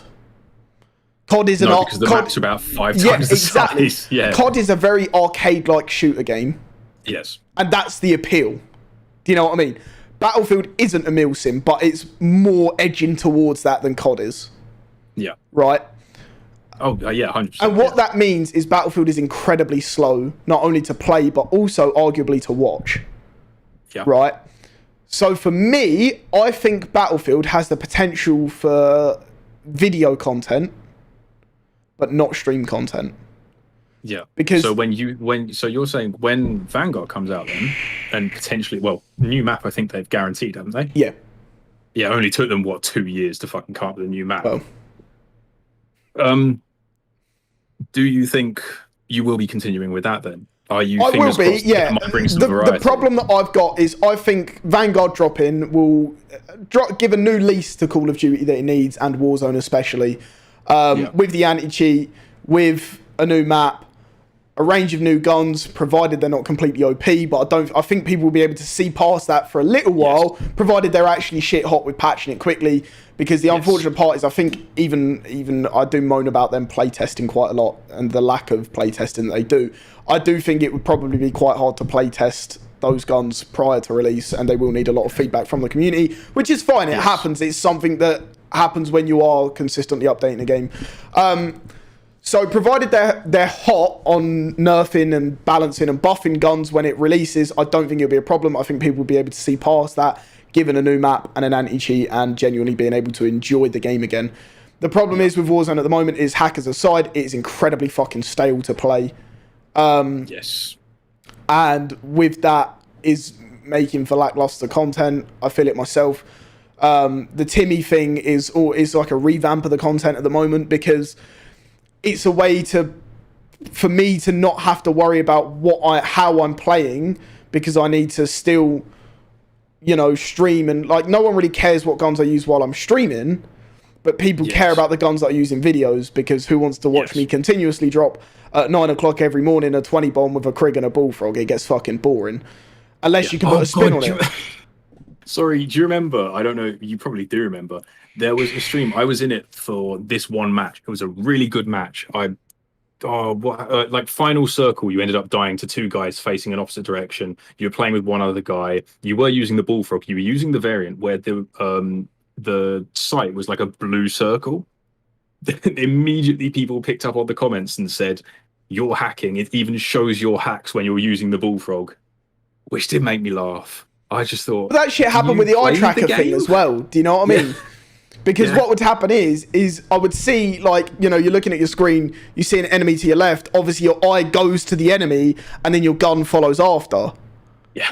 And people saw that people as... thought that was the gun. They said the blue dot was cheats, because it would go to the person, and then immediately after going to the person, the gun would go to the person. Oh, Christ. You literally cannot explain what it is to someone who is that much of a moron. Jesus. Do you know what I mean? Like, I tried it. I literally said, like, this is how the eye tracker works. Please go watch yesterday's video where I actually explain it in more detail. Yep. None of it. Didn't want any of it. So, like, you know what? I'm not even going to sit here and humour you my time of day because you refuse to acknowledge that you're just being a complete tit. Do you know what I mean? Like, at what point do you draw the line? I don't want to sit there. Like, there's so many Chinese whispers about me going around on Facebook that I'm a cheater, as there is with a lot of streamers. It's one of those things. I've proven on so many occasions that I'm not. Like, without the anti-cheat here, there is fuck all else I can do. I've played with cameras on my entire setups. with my controller on show, fucking done task manager, blah blah blah blah blah. It's just never enough for some people. Do you know what I mean? Yep. It's gotten to the point now where I actually thought about this the other day, and this would be a huge scandal and it'd be funny as fuck. There's been someone actually was in a tournament the other day, and he was a nobody, like nobody had ever heard of him, and he was fucking frying. So instantly, people are like, well, if we've never heard of him, is he a cheater? So they're saying, can you just show monitors, task manager, blah, blah, blah. And he's like, yeah, whatever, I'll show task manager. Presses one of the buttons to bring up the task manager, it actually brings up engine owning. And his face fucking drops. Now, I thought, and this would be, I live on the edge, I love it. I really, really enjoy winding people up. Now, I thought about getting a screenshot of the engine owning cheat menu. Right. Tabbing it, putting it on my stream deck as a source that I can literally just flick up. When someone comes in and accuses me of cheating, I'll just be like, hold on real quick, let me bring my task manager up and accidentally press that button and just watch the chat go off. I think it would be funny as fuck. It would be funny as fuck. Do you know what I mean? Especially if afterwards, when all the fallouts happen, everyone's going, "Oh my god, he's a cheater." You just link back to this VOD. Yeah, can you imagine? Look at this time zone. Now I've publicly said it, I can actually do that. Do you know what I mean? And I can show the things on the stream deck and stuff. And I genuinely think it'd be really funny. Although for me, it actually has got the potential to completely backfire. So I have got to be a little bit careful about that. Yeah, it has got the potential to fucking ruin you. Yeah, like I'm not out here trying to like ruin my career, even though like I do genuinely talk about being a content creator more than I am a competitive player. Obviously that doesn't warrant allowing cheats or anything, but it does come under a content creation category, and I do genuinely think it would be funny to basically pull a prank on hundreds of people. Do you know what I mean? Yeah. But it definitely has the potential to fall straight back on my face. Do you know what I mean? As funny as it would be, it would shaft you. Yeah, because the unfortunate part is so many people believe I'm cheating anyway. If I then do that, do you know what I mean? What happens then? You're really adding fuel to the fire. Oh, speaking of fuel to the fire, though, I recently watched the reveal trailer for Call of Duty Vanguard, where they say sometimes the only way to put out a fire is with more fire. I'm really good at these segues today. I'm really improving. You're smashing it. Thank you. And I would like to bring up the top most liked comment in the comment section, which immediately drew my eye because it's the top most liked comment. Now, I had is it something to do with season 5 being about hackers in Warzone? Surprisingly enough, no. Oh, that's unfortunate. But it did make me interested. This video, like most big game releases, immediately pop up in my recommended feed on YouTube. This, absolutely nothing. I haven't seen this. I didn't see this until today. Turns out the trailer dropped yesterday. I found that out through your stream that something was even happening. Yeah. And so it dropped, and the top most liked comment, is maybe this COD will slap because my expectations going in are insanely low. And I feel like when that's the top liked comment, it really says a lot about how your player base are feeling about your games right now. I think a lot of people are absolutely sick to death of it. And I have got some comments on Vanguard, but if you've got any comments on how you think the player base are dealing with Warzone and Modern Warfare and everything going on right now, feel free to share them. My personal opinion, I'm just bored of it. I'm bored of the cheaters. I'm bored of the way the game plays. I'm bored of the lack of anything getting added to it. And I'm actually very bored of the fucking community surrounding COD at the moment as well. Yeah. Because the unfortunate part is as soon as you do something good, cheater! And then, or as soon as you do something good, it's can't wait for Battlefield to come out so people like you can't do anything and blah, blah, blah, blah. It's so fucking toxic at the moment. It really, really is. And I'm just bored of all of it.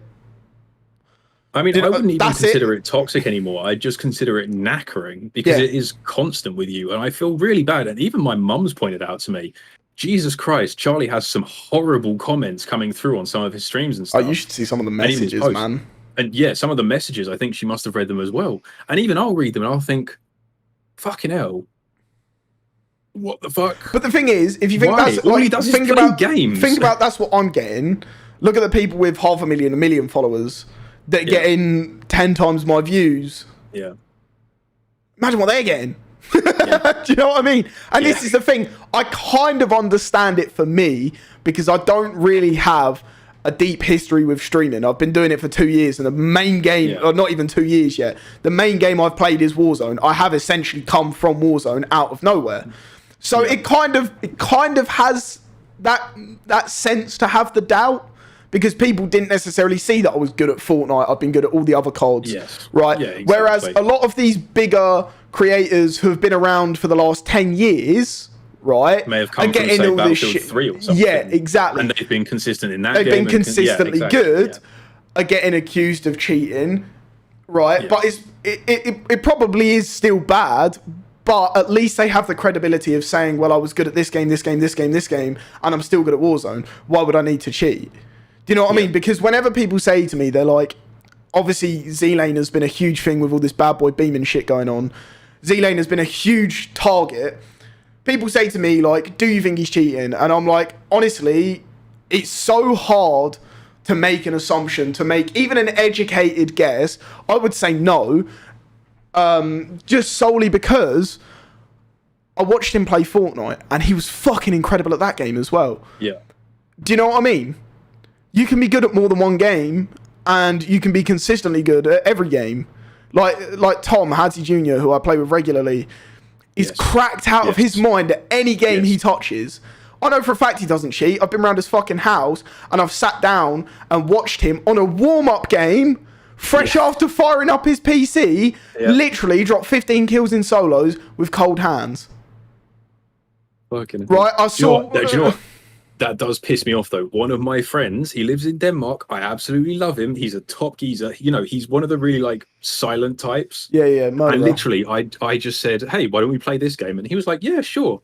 He hasn't played the game for years. He only just installed it again. Installs it, plays the game, absolutely demolishes all of us.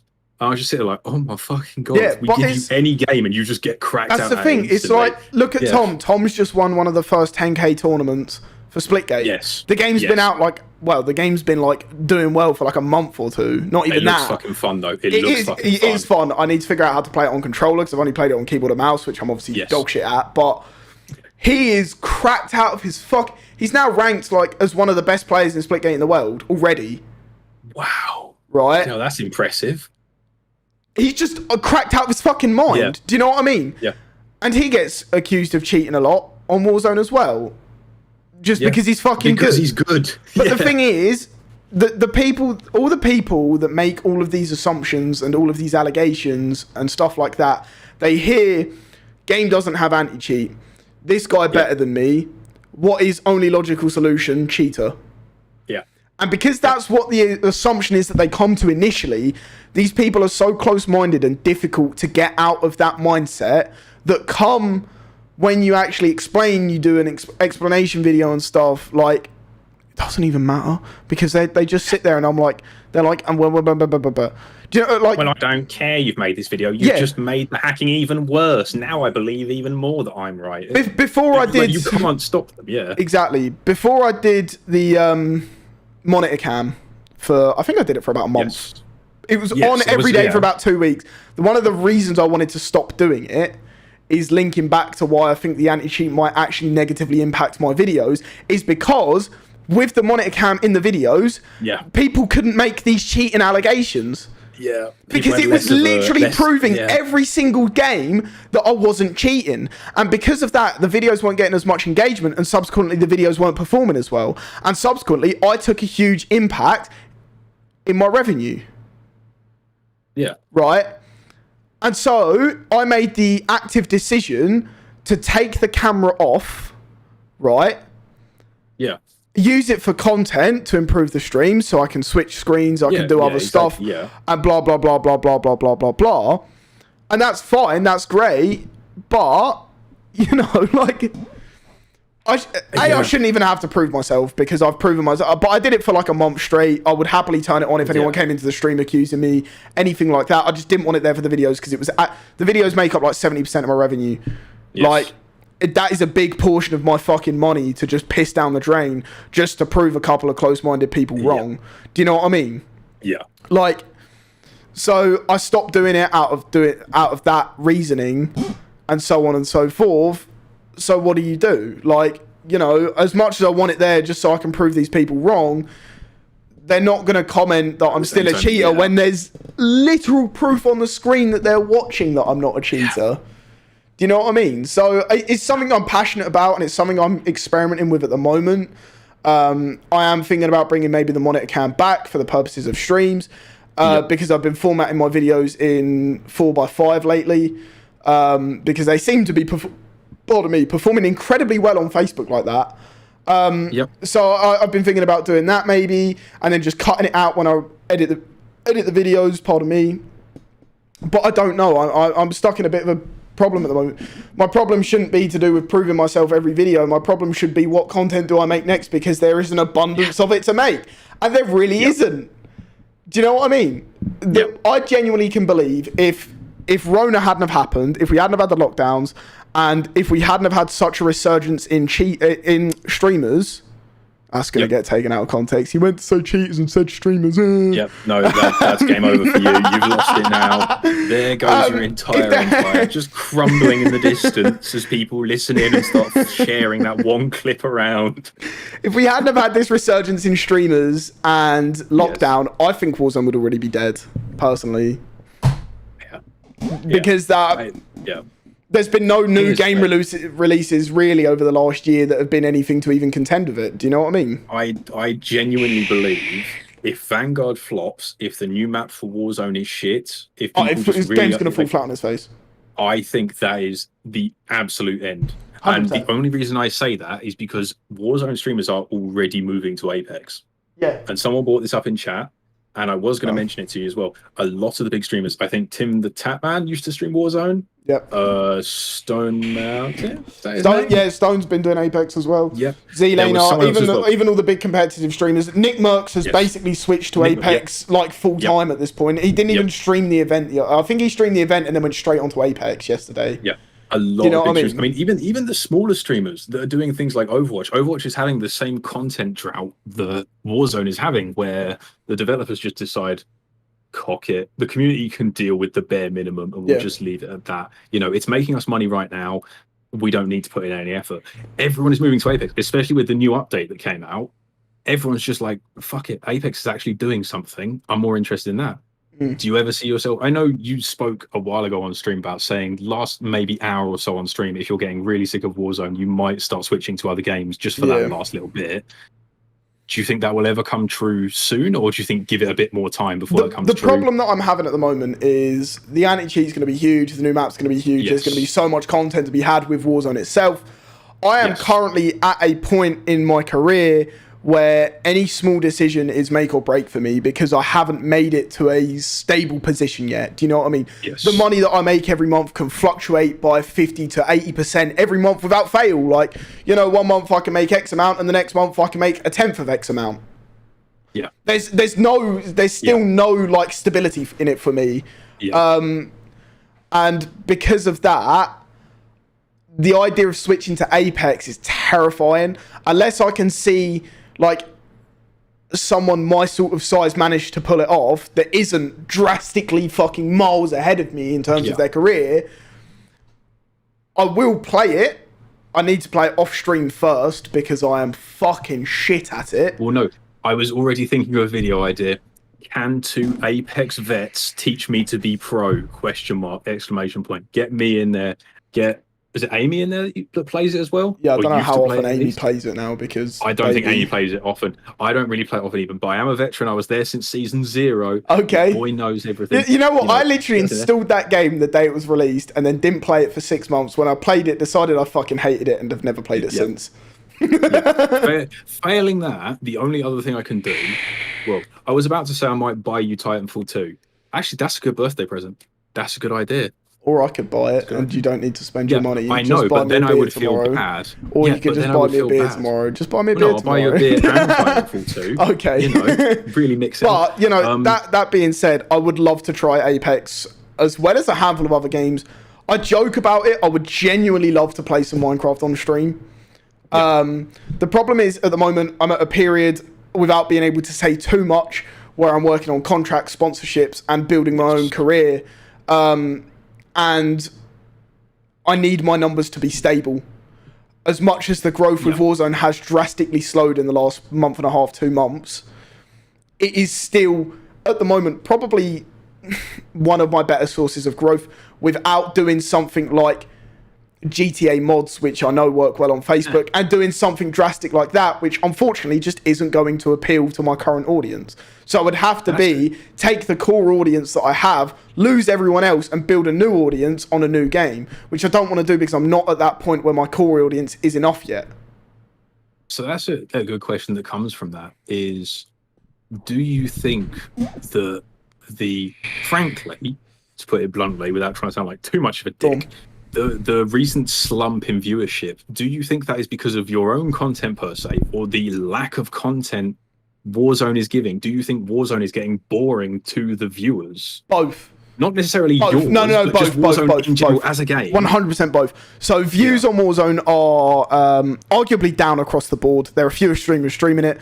There are fewer big streamers streaming it. When people do stream it, unless it's like a big competitive event, the views are down because casual gameplay is fucking boring now, just solely because it's rampant with cheaters. No one wants to. If people are dropping bombs, they're normally dropping it in VPN lobbies,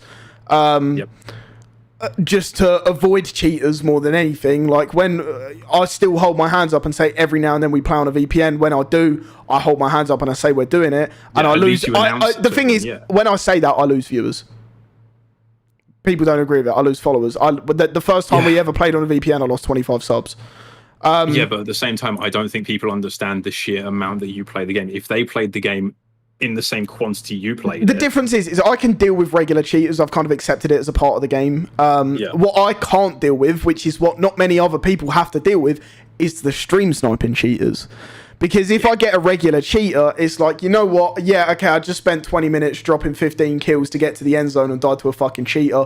I'm upset, but it is what it is. We back out, we move on, we block them. They're not going to get back in my game. Go into the next game.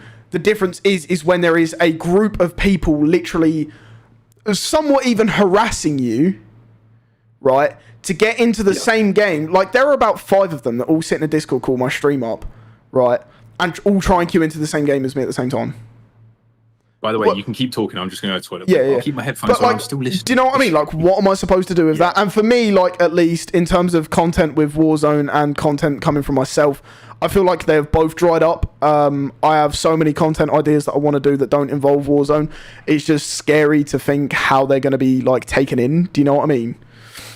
Because I know Overwatch Stack and show the pro ball skills. I'd love to, but whenever I've spoken about Overwatch on stream before, like 90% of the people don't even know what it is, let alone fucking watch it. Do you know what I mean? But I don't know. Like, I feel like content itself, surrounding Warzone, like, period, it doesn't matter whose it is just getting dull. Because all the YouTubers do is either competitive games or they take a class that shouldn't really be a class, make it a class, drop a bomb of it in a VPN lobby, upload that, get decent views, and then move on to the next class that shouldn't really be a class. How many times can you do that? I don't know. I've done it. I found it stale to create. I found it stale to watch. The views reflected that it was pretty stale after a period of time. Subsequently, I moved on from doing that. I'm now doing things like the Timmy videos and stuff. But it's just tough. Like, how do you progress from that dead style of content? Do you know what I mean? Yeah, I'd say sadly, in your position, especially considering your viewer base, your next hit, if hit at all kind of thing, but your next avenue to go down will be Apex or another Battle Royale. Well, that's exactly the thing. That doesn't have too much going on. Yeah. And the only reason I say that is because so recently I was over at someone's house and we had a few people downstairs and we were all watching the Overwatch Pro League, like one of the final matches. Yeah. And I watch it quite a lot. I knew what was going on.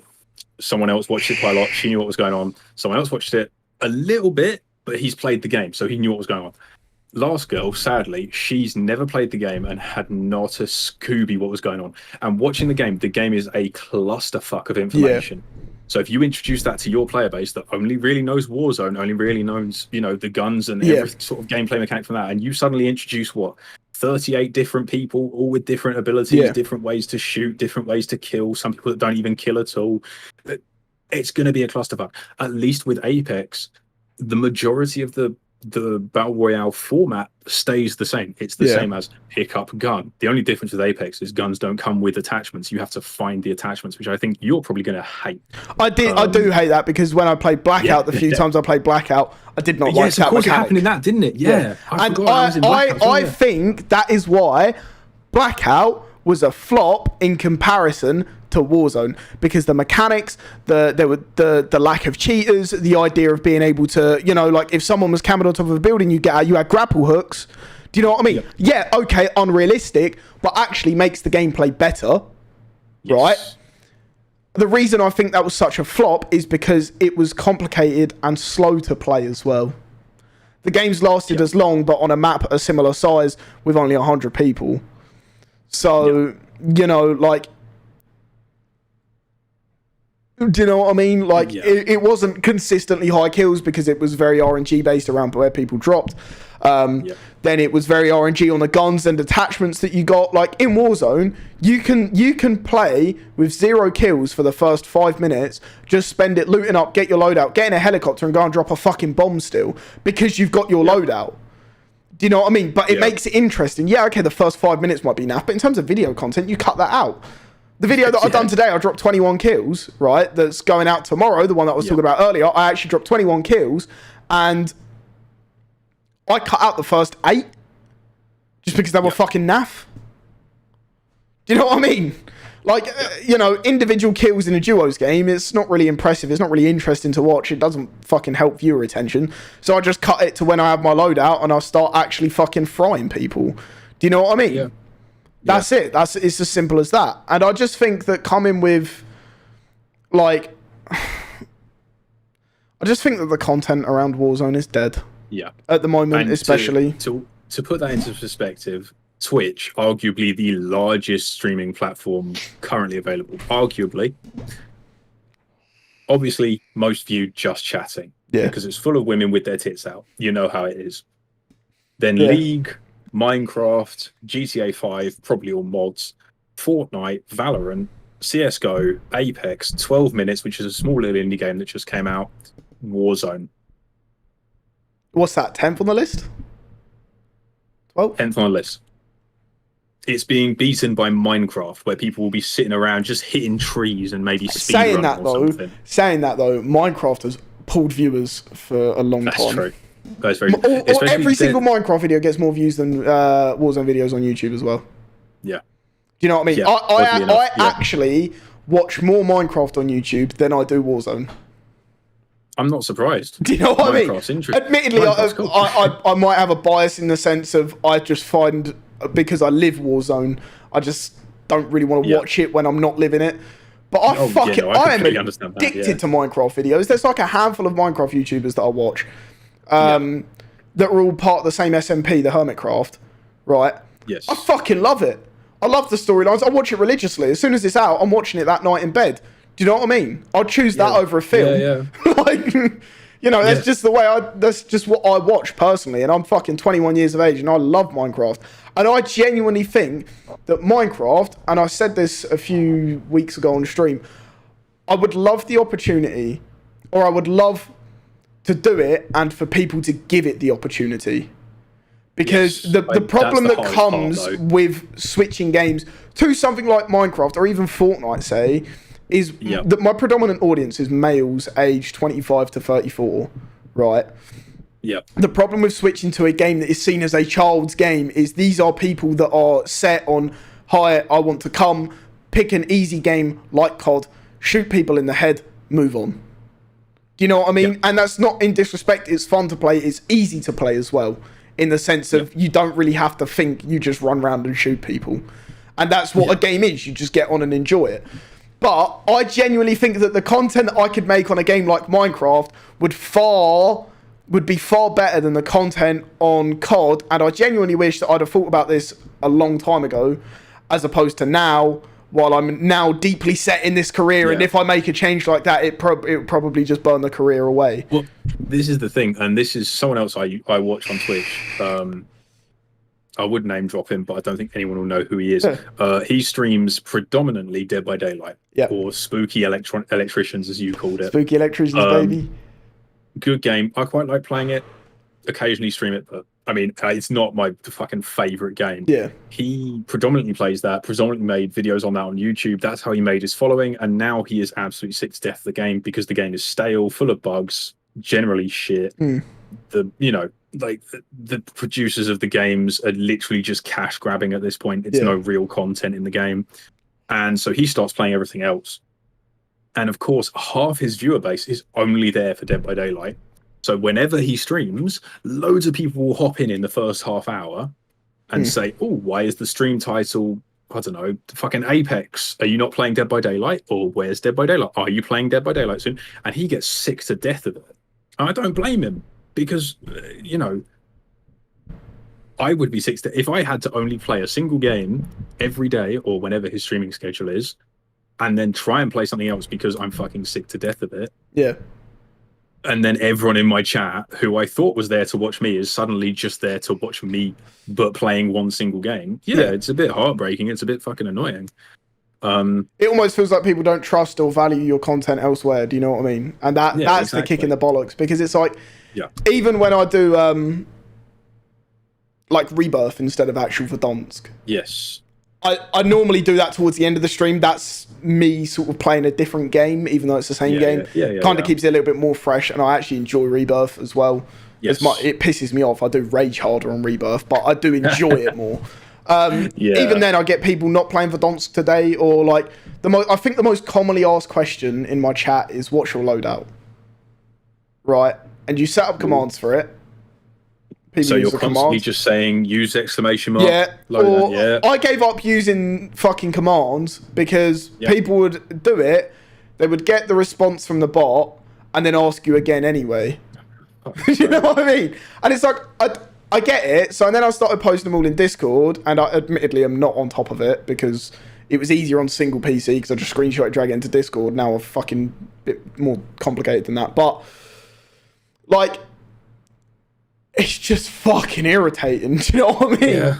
Like, it's just like, I get it. I get you want to know the loadout. That's fine. But and then I post the loadouts in Discord just as I have them when it's relevant. Like I've actually stopped doing streams surrounding specific guns now because that was driving me up the fucking wall. Because it would be like, right, I'm gonna do a stream and I'm gonna use the MP5.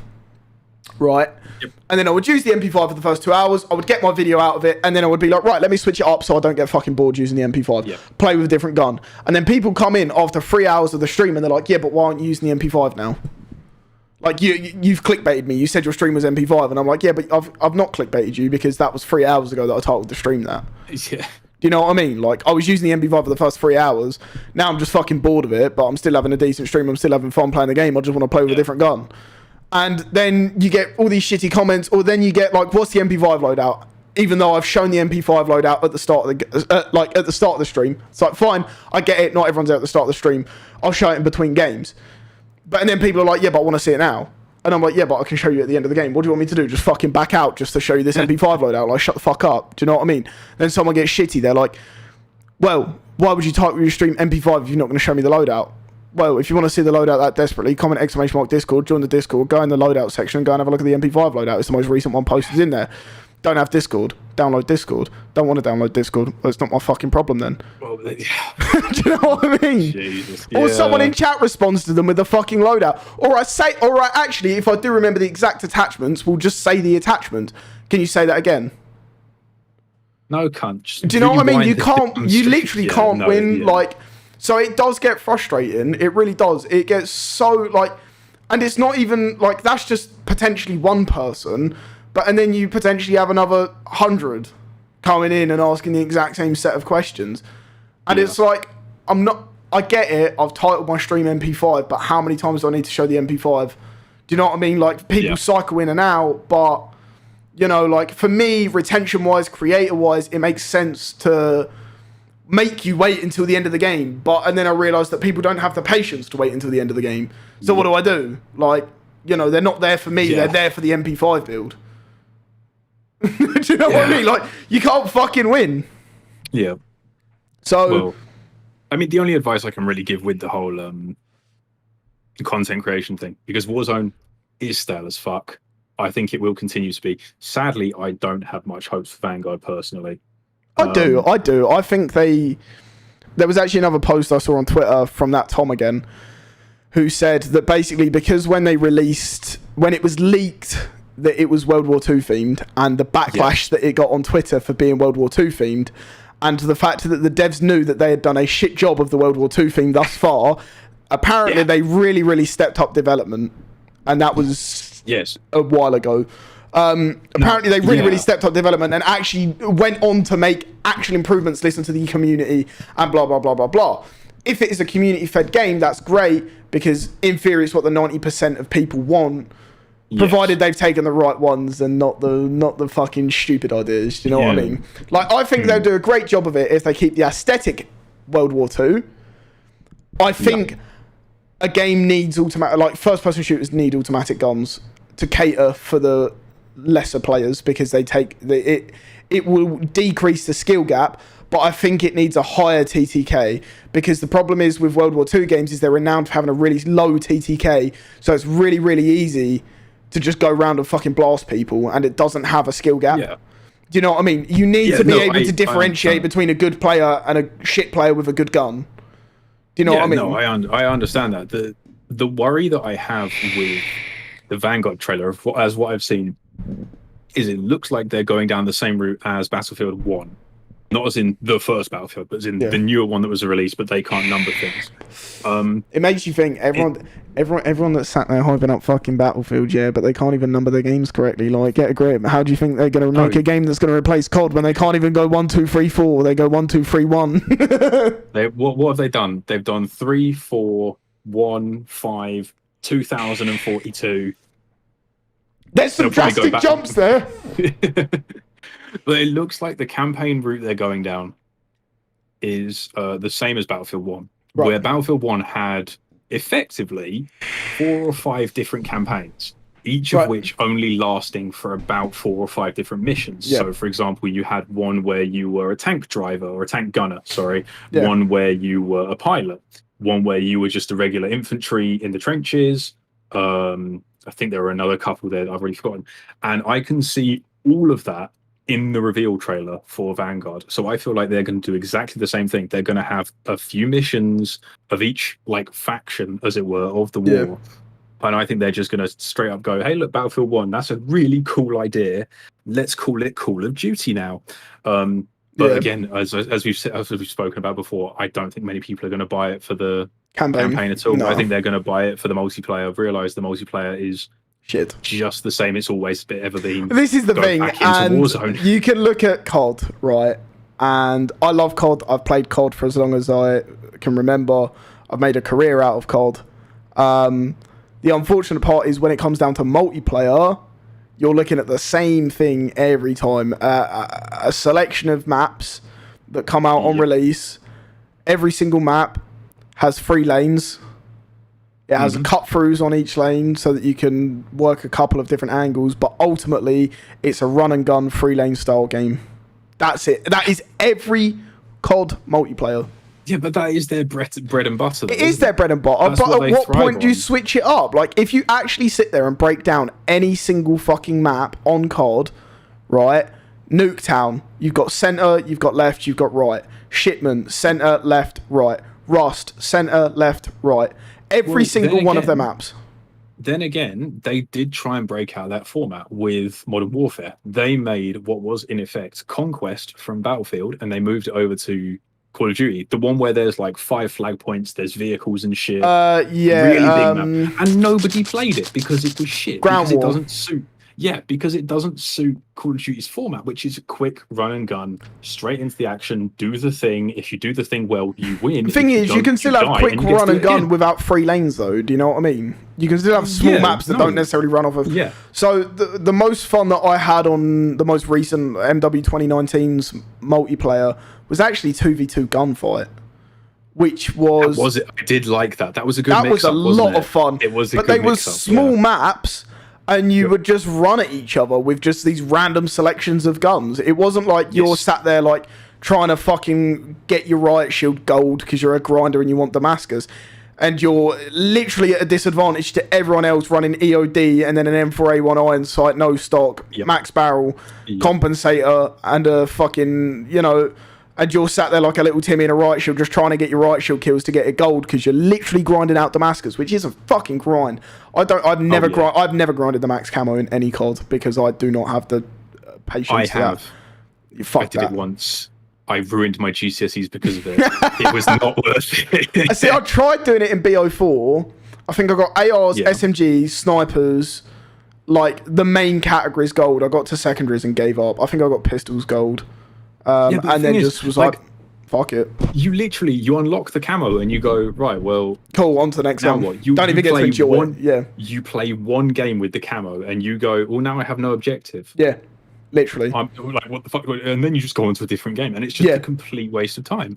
It's almost like campaign for multiplayer, but shit. Yeah, basically. But I don't know. I would love to see if they're going to do a successful multiplayer. I think they do need to switch up the general gameplay of multiplayer. Yes, but obviously, if they do that too much, then but without straying too far away from the classic COD arcade style shooter, which is hard to do, and I'm not a game dev, so I don't know like how to do that. Admittedly. Like, I would love to see... One of my biggest problems with Warzone is camping. Because I would rather die to a fucking cheater, because at least it's semi-interesting to watch if I decide to spectate it, than I would a camper who has literally looted up, got loadout, and then proceeded to do recons and sit in a corner in the final circle for the rest of the game. Well, the thing is, didn't they have that in... I think it was multiplayer for Modern Warfare, where if you pick Ghost... It keeps you hidden from the radar so long as you're moving every few seconds. That I would like to see that change implemented into Warzone. I think that would be huge. Yeah. There is currently no counter to Ghost other than an advanced UAV, which you have to go through the process of getting 3 fucking UAVs. You know? Well, no, that's not how you get an actual advanced. I explained this in chat the other day. So when you pop 3 UAVs, you get the advanced effect, but it only works on ghosted players who are outside a radius of 150 meters from you, like a normal UAV would, right? Fair enough. You have to pop an actual advanced UAV, which is one that you get out of going through the series of red doors that they've now implemented, which is in theory an Easter egg. So you literally have to do an Easter egg every game, which takes a couple of minutes to get an advanced UAV to be able to see ghosted players. Do you know what I mean? And that's assuming you don't get it, pop it straight away when no one's ghosted, or that's assuming you don't get it, push someone with a normal UAV who is ghosted and then fucking die and lose it. Do you know what I mean? Yeah. It doesn't really count a ghost because it's A, only a 20-second solution or however long they last, and it's B, a pain in the arse to get all the time. Do you know what I mean? Yeah, no one wants to go through that fucking monotonous shit just to get something to counter one type of player. Yes, that type of player may be rampant in the fucking game, but then I presume advanced UAV counts as a kill streak, which means you are then without precision airstrike, you are then without any other kill streak you could be holding on to for final circle, just in case someone's camping. Yeah. At which point you've wasted half the game doing the Easter egg. And that's the thing. You've wasted half the game with no kill streak. Yeah. I would love to see a ghost, a counter ghost measure put in place, like you stay in the same proximity, because I don't think it would be fair to really implement it into a necessarily building-based thing, because some buildings are bigger than others. Sometimes you are generally just fighting people in the same building over and over and over again because they keep landing back or more people push. I think it should be a proximity-based thing. If you stay within the same 10 meters, then Ghost won't work after 10 seconds or whatever. But I'm not a game dev. How do you balance it? Do you know what I mean? Because they've now added this new perk, which is called Combat Scout, which is basically if you do damage on a person, it live pings them and highlights them. Yeah. Which is essentially just fucking legal wall hacks. Now, that actually does have a counter. You put cold-blooded on. Yes. Which is great. But you're using a perk slot to negate another perk slot, which is fine. Add something that negates Ghost. That's what I would love to see implemented. Or like random UAVs. I think solos would benefit massively from that. Every 30 seconds, there's a randomized UAV that goes out. or every minute there's a randomized UAV that goes out that Ghost doesn't counter. Or Storm Surge. If you ever played, this has been implemented into other BRs. It was in Fortnite as well. Yes. You have to have a relative is relative because it was predominantly in competitive. So it would be after like the end of the second circle, if you didn't have X amount of damage relative to other people, or if you had the lowest damage in the lobby or something, or like the 5 lowest people, however it worked, basically if you didn't have X amount of damage, you would start to take damage yourself until you died if you didn't get that much damage, right? And so that forced people to play aggressive, because in Fortnite, obviously competitive Fortnite, end zone, there would be like 60, 70 people left because it was scrims, wasn't it? So it was box fighting, in 1-by-1s, all building beneath each other. You had to literally force people to play aggressive in the early game so that you didn't have as many people left end zone. And to be fair, I think having a random UAV would be a good idea. But I think mix that up, have random UAV so it forces more fights, but then to counter that, make the speed of the storm or the speed at which circles last shorter. So make it quicker, basically. So you're forcing more fights, but you're forcing more fights by crushing more. Yeah. When they released Warzone, the rumor was that they was going to up it from 150 people to 200 people, and it never happened. I think they've done LTMs with 200 people in that got really positive feedback, and they've just never done it. And Warzone, Verdansk itself is big enough to house 200 people. Yes. Change my mind. But whether the servers are big enough to handle 200 people doing something at the same time. Well, possibly, yeah. But provided they added some extra POIs, I think it would be better. Yes. Because at the moment, the POIs are pretty spread. You've got a lot of dead space and a lot of places where you can't really land and loot up. And that's probably like 40% of the map. Do you know what I mean? It is a large percentage of it.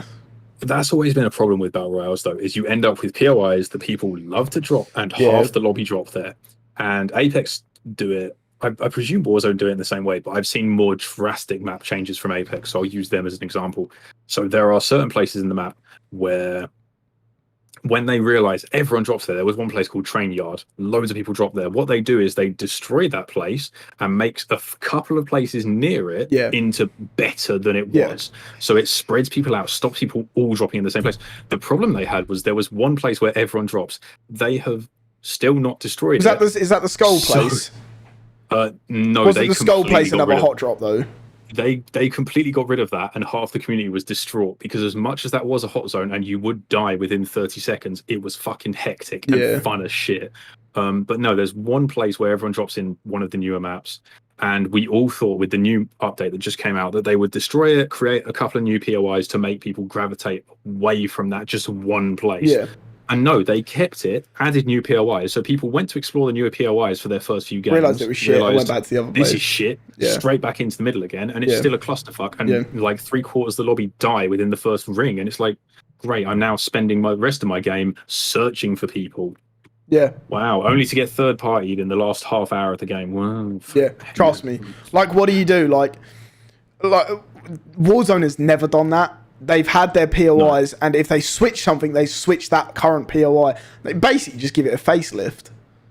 Like, the only time I think they've actually added a new POI was the temporary one next to prison, which was the boat, which had fucking dog shit loot. Zombies. And it had the zombies, but it had shit loot. Do you know what I mean? And that was essentially for an LTM. Outside of that, they've changed, even when they did the Verdansk 2.0 per se, I don't like calling it a new map because it wasn't a new map. All they did was change existing POIs by giving them a facelift. Essentially, it was just a lick of fucking paint. Do you know what I mean? And then a couple of them changed, like Dam changed to Summit. Array is the only POI that's actually been added that has stayed, because that used to just be a series of buildings. The same series of buildings that were there before are still there now, slightly different. Instead of the tents, you've got like a barracks, and then you've just got the massive fucking camping structure. Yes. That's it. That's all that changed there. And then they gave it a name. Do you know what I mean? Other than that, everything else is more or less the same. Like, obviously, Quarry got a facelift, became Salt Mine, and a couple of other places, but it's nothing really drastic. Do you know what I mean? But I think that's why I find the updates with the Warzone, sorry, the down dates that Warzone are doing, I find them a bit underwhelming because everyone hypes up new season pass. Wow, what are they changing to the map? We've added some scaffolding that snipers can sit on. Yeah. Is there anything else? We changed the name of something. Cool. What else? We've nerfed every gun because you guys were having too much fun with them. Okay, then. Yeah. Cool. Pretty much. Yeah. No, I agree with you. I think Warzone, even from just a very casual perspective, is in a shit spot right now. Yeah. And they aren't doing much to dig themselves out of that This is hole. the thing. A lot of people said that was hoping that season 5 would be a nice little revamp just to keep it fresh enough. But in reality, season 5 is the last season until Vanguard. We've got 2.5 months till Vanguard. Yes. This will be the last season, right?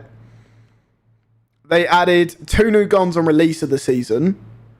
Realised they were shit and no one cared. So the guns that were scheduled for one of the guns that was scheduled for mid-season, they added, which was everyone thought was going to be OP because it was a shotgun that was actually classed as a pistol, and you could have them dual wield. So you could essentially go ghost off the rip with these dual wield shotgun pistols and fire rounds in them. Yes. They got released. Brilliant. Everyone bought the pack, or I bought the pack personally. Was like, this is fucking shit. And I haven't used it since. Like, it would probably be fun. It would probably get a buff and become OP at some point. But in reality, they gave us for season 5 to tie us over until Vanguard, which was a stupid play. They needed to do something good this season, right? Yes. They needed a couple of actual map changes. Yeah. They needed a couple of decent events, and they needed some new actual viable guns, a switch up in the meta, you know, either make sniping more fun or... Like, the whole meta for COD since release has basically been AR SMG. A couple of times you've had guns that aren't ARs, like DMR, Type 63, like DMR Marks. Was a like, fucking devil when that was the devil, but at least it was a switch up in the normal meta of fully automatic AR and an SMG. Do you know what I mean? Like, it was a horrible meta, but it was a switch nonetheless. And switch away from that. Like, you know, make other guns fun to use. You know, make it so that if you are using a fucking sniper, you're not gonna, you know, you can do well with it without having to be an absolutely crack player. But then the thing is, I mean, whatever they do, there's always gonna be something to complain about, and I am about to be a bit of a hypocrite here. They added the Swiss. Now the Swiss is most people's go-to sniper at the moment. I don't like it because I don't actually enjoy using it because it is too easy to use. Do you know what I mean? That's like completely fine though, yeah. Like, and that's fine. Like, it is a really, really good sniper. I just find it too easy to use, so I don't enjoy using it. I completely understand that because when Apex first released, there were 2 characters that released with it. One called Gibraltar and one called Caustic. Now, I don't think either of them had this on release. If they did, I'm completely wrong. But basically, they had much bigger hitboxes than everyone else. Because they were just larger characters. They were considered like defenders, so they could lock down an area and make it a real pain in the ass for you to attack them if they were like sitting in a building. One of them literally just chucked gas traps down, and if you walked near it, you just start taking damage, and your screen would go all fucking green. You couldn't see anything. Meanwhile, you would gain like infra sight, and you could see a red outline of them and basically get wall hacks. Right. Brilliant. Loved him, except he was really underpowered. And because of his bigger hitbox, later on they developed a sort of additional, what's it called, like a passive for him, which was that he took 15% less damage and he wasn't slowed down when he was shot at. Right. But at the beginning of the game, that wasn't there. So he was just a bigger hitbox. He was just easier to hit. Now, I would love winning gunfights with him. I would love playing as him and winning a game because I would just sit there and go, haha, I've won with one of the worst characters in the game. Yeah.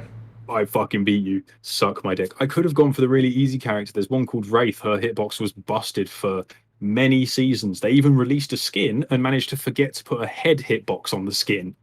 So you couldn't get headshots with the skin, which was so broken. And I could have so easily gone to that and ripped like easy wins. But no, Give me the underpowered guns. Give me the underpowered fucking characters. They're there's way something more fun to about a play as. challenge. Do you know what I mean? Exactly. They're way more fun. Yeah, if I want to sweat, I can go to that. If I want to sweat, I can pick the black rose skin and sit in a corner before it got nerfed and be a fucking shadow and fucking just snipe people with my little SMGs. Yeah. But I don't want to do that. That's boring. Yeah. Give me something interesting. Give me like a bright fucking character, like the phase skin that I think you have. The bright blue leggings. Well, that's the woman. Yeah, that's the thing. I like my Mara character, and I stuck with that in custom tourneys, in regular tourneys. Yes. The bin man was before Mara. A bit, yes. Like the bin man was iconic yeah. as fuck. And people used to be like, "Why don't you use one of the skins that are actually good?" And I'm like, "Because this shit's funny." And they're like, "Yeah, but it's not camouflage." And I proved everyone wrong once. I had like fucking no ammo in my AR, and I only had an SMG, and I was in solos, about literally like 5 or 6 people all fighting around me, and I laid down in front of an orange jersey barrier, and no one shot me. And That's so funny. And I got away with it, yeah. Love that. And then I got up and polished off the rest of them, and I went, "And don't tell me this skin isn't good." Oh, that's fucking Like, great. I thought it was fucking comical. I loved that skin. But unfortunately, I'm at a point now where I kind of need to be having a competitive, giving myself the advantages. Because, like, SBMM, the general player base has got better. There's no denying that. The player base is just better now. It's one of those things. And blah, blah, blah, blah, blah. But it's the same with Apex, yeah. I don't know. I think for the future of COD, Vanguard needs to bring something good. Yes. Not only in terms of multiplayer, I think they actually need to focus more on Warzone, because Warzone has more players than multiplayer has ever had. Oh, yeah. And it has lasted longer than any multiplayer has ever had. Yes. They need to focus on that. That is going to become their bread and butter through microtransactions and stuff. And with it being free, they need to make it fucking good, because if they lose their player base on it, they're fucked. It's as simple as that. There's no two ways about that. Do you know what I mean? I personally think they need to put their sole focus into Warzone, because content creators, it's no lie nowadays, do fuel a game, and they have such a sway in the success. Yes. Whereas 10 years ago, like, once again, that wasn't necessarily the case. COD would have just sold regardless, but because they then feed into these hyped up events that everyone streams and makes videos on and stuff, content creators fuel that, they build up a load of hype, they release the game, content creators turn around and say it's shit, no one buys it. Yeah. I still get people I get people say to me like, "Oh, is it worth me leveling up this gun that's brand new out?" And I'm like, "No, don't bother," so they won't go and level it up. Or like when Cold War is released and I played Cold War, people would say like, "Is Cold War worth buying?" I'm like, "Not really, it's fucking shite." Do you know what I mean? Yeah. So and creators do have a lot of sway nowadays. You know, if Nick Merckx goes and plays, for instance, like Splitgate when it was first released, it would blow up, and that's why it blew up. It's the same as Valorant. Yep. And other little random games like that otherwise just wouldn't be successful. Yeah. Do you know what I mean? Think, well, it's because streamers now and content creators alike are the medium now between community and developer. Yeah. Everything that goes through that midpoint is what directly affects the developer more so than the community ever has. Which is interesting. But it is. Have you got anything else to add? Because otherwise, I'm just thinking of ending it. I'm happy to wrap up whenever you are, mate. Yeah. I need to have something to eat before I have to go to the airport. Yeah, I'm just thinking ending statement. Really, Vanguard need to bring it out the bag. Yeah, they need to pull it out of the bag. Otherwise, just out of interest, how successful do you think Battlefield, from what we know, is going to be?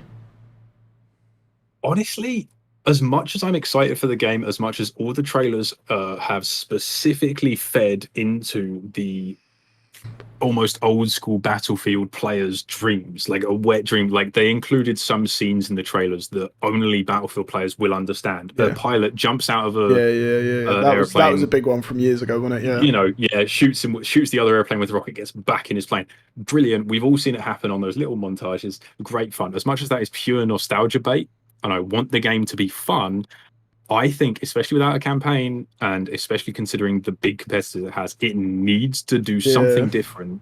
Otherwise, it's fucked. Because I've seen the alpha gameplay, and the alpha gameplay, as much as it looks like fun, doesn't look groundbreaking or doesn't look like anything that I'm going to sink hours and hours and hours into. So I'm worried for it. I want it to be good. And I mean, that's what I was going to say as well. Vanguard needs to pull it out of the bag, but I want Battlefield to pull it out of the bag as well to really give Warzone a run for its money and make them do something good. I think we're at a point now where technology has advanced so much. I mean, Elon Musk has just literally announced that Tesla are making actual robots. Like an actual human-shaped robot to come and live with you. Yes. Like, that's just been announced. That can be made, but they can't make groundbreaking things in games anymore. Like, what? Like, games used to be groundbreaking. Every game that dropped was something different. Now, it feels like we're on a chain of repeats of one after another. Yeah. Someone does something successful that is a little bit groundbreaking, everyone else copies it, bleeds it dry, and then we're waiting for the next big thing. Yeah. Like, I think as cynical as it sounds, that is true though. Yeah. Because people find one way to make money, they find the easiest way to do it, and they milk that fucker until the next big thing comes along. Yeah. And be that, like, the next big thing could be new games coming out, giving it to only streamers and letting them drop codes. That's worked well for Valorant. It worked well for Fall Guys. I think but long term, look how quickly that died out. Yeah, do you know what I mean? Because the thing is, that's great for the initial hype, and they'll get a lot of game sales when it drops. Yeah. But does it really solve anything, like, long term? If they can't keep on top of the updates and it's still shit, like, it's still shit. Do you know what I mean? Let's put it this way: Valorant has been out for a good few years now, and they did the whole give streamers access to beta, like only streamers, and then allow them to drop beta codes to viewers. Since release of the game, I believe there have been 2 new maps over the course of years, and there have been 2 new maps and multiple, I mean, upwards of 5, I think, battle passes. And their skins, if you want to buy one bundle of skins, which has 5 skins, right? Bear in mind the skins do nothing. It's just a fancy animation for reloading, and it looks a bit different. 70 quid. Insanity. But I think, sadly, as pessimistic as it sounds, that's the way games are going to go. I don't want them to go that way. But sadly, I think that is. I want Vanguard to pull it out of the bag. I want Vanguard to do something good. I want Vanguard to do something that brings me back to Warzone, because right now I'm bored of it. Yeah. I want Apex to do the same thing. I want Overwatch to do something. I want Battlefield to do brilliantly. So I think, yes, I do want to drop 60 quid on this game. Yeah. But right now, all of those games, I look at them and I just think I cannot validate spending anything above maybe a tenner on you right now. Yeah. Because you all just look boring. It's just the same shit, personally. Yeah. No, I completely agree. I would love to see games over the next year really do something interesting. And it's I mean, the thing is, it's so easy to say, but no, even the player base don't really know what they want. So how are the devs supposed to know? Do you know what I mean? Like, you can sit there and listen to the feedback, and like, just like the devs, I get shit tons of feedback about the fucking game because people like to come and tell me about it, and it's like, as they do every other streamer. But I don't know what I would like. I have my own personal opinions. Like, I'd like to see an anti-cheat. I'd like to see some sort of anti-camping measure, and so on and so forth. But what do you add? What do you fucking do? Well, in some ways, you could argue, well, there's many things. We've discovered some now, literally just by sitting and chatting shit. They could be busy coding that and busy implementing that and giving it a trial run. Potentially. In some ways, they're just being fucking lazy and not doing it. Yeah. Because they know that either way, people are still going to play their game. But in some ways, as you say, what could they add that is a viable long-term feature? Yeah. Who knows? It's so tough to try and decide, isn't it, really? Yeah. I don't know. Anything else? I don't believe so, unless you want to talk about Skyrim re-releasing. I've never known the 6th or 7th time. Anything about Skyrim. I've never played it. That's good. I was only going to have a moan about it anyway. Maybe another time. Yeah. Right, folks, it's been an absolute pleasure. As always, we're going to sign off for the evening. I need to have something to eat, and then I need to pick Elle up from the airport in a couple of hours. So, all exciting stuff. Do you reckon how you get? I'll talk to you about it after. But yeah, I've had a pleasure, as always. It's nice to be back talking fucking bollocks. Hell yeah. But, right, I will see you in a bit. Anything else, Ben? Nope, I don't believe so. Just goodbye, everyone, and thank you very much for listening to us chat absolute bollocks for a couple of hours. Thank you very much. Do I make you horny, baby? Oh, yeah. Right, safe. In a bit.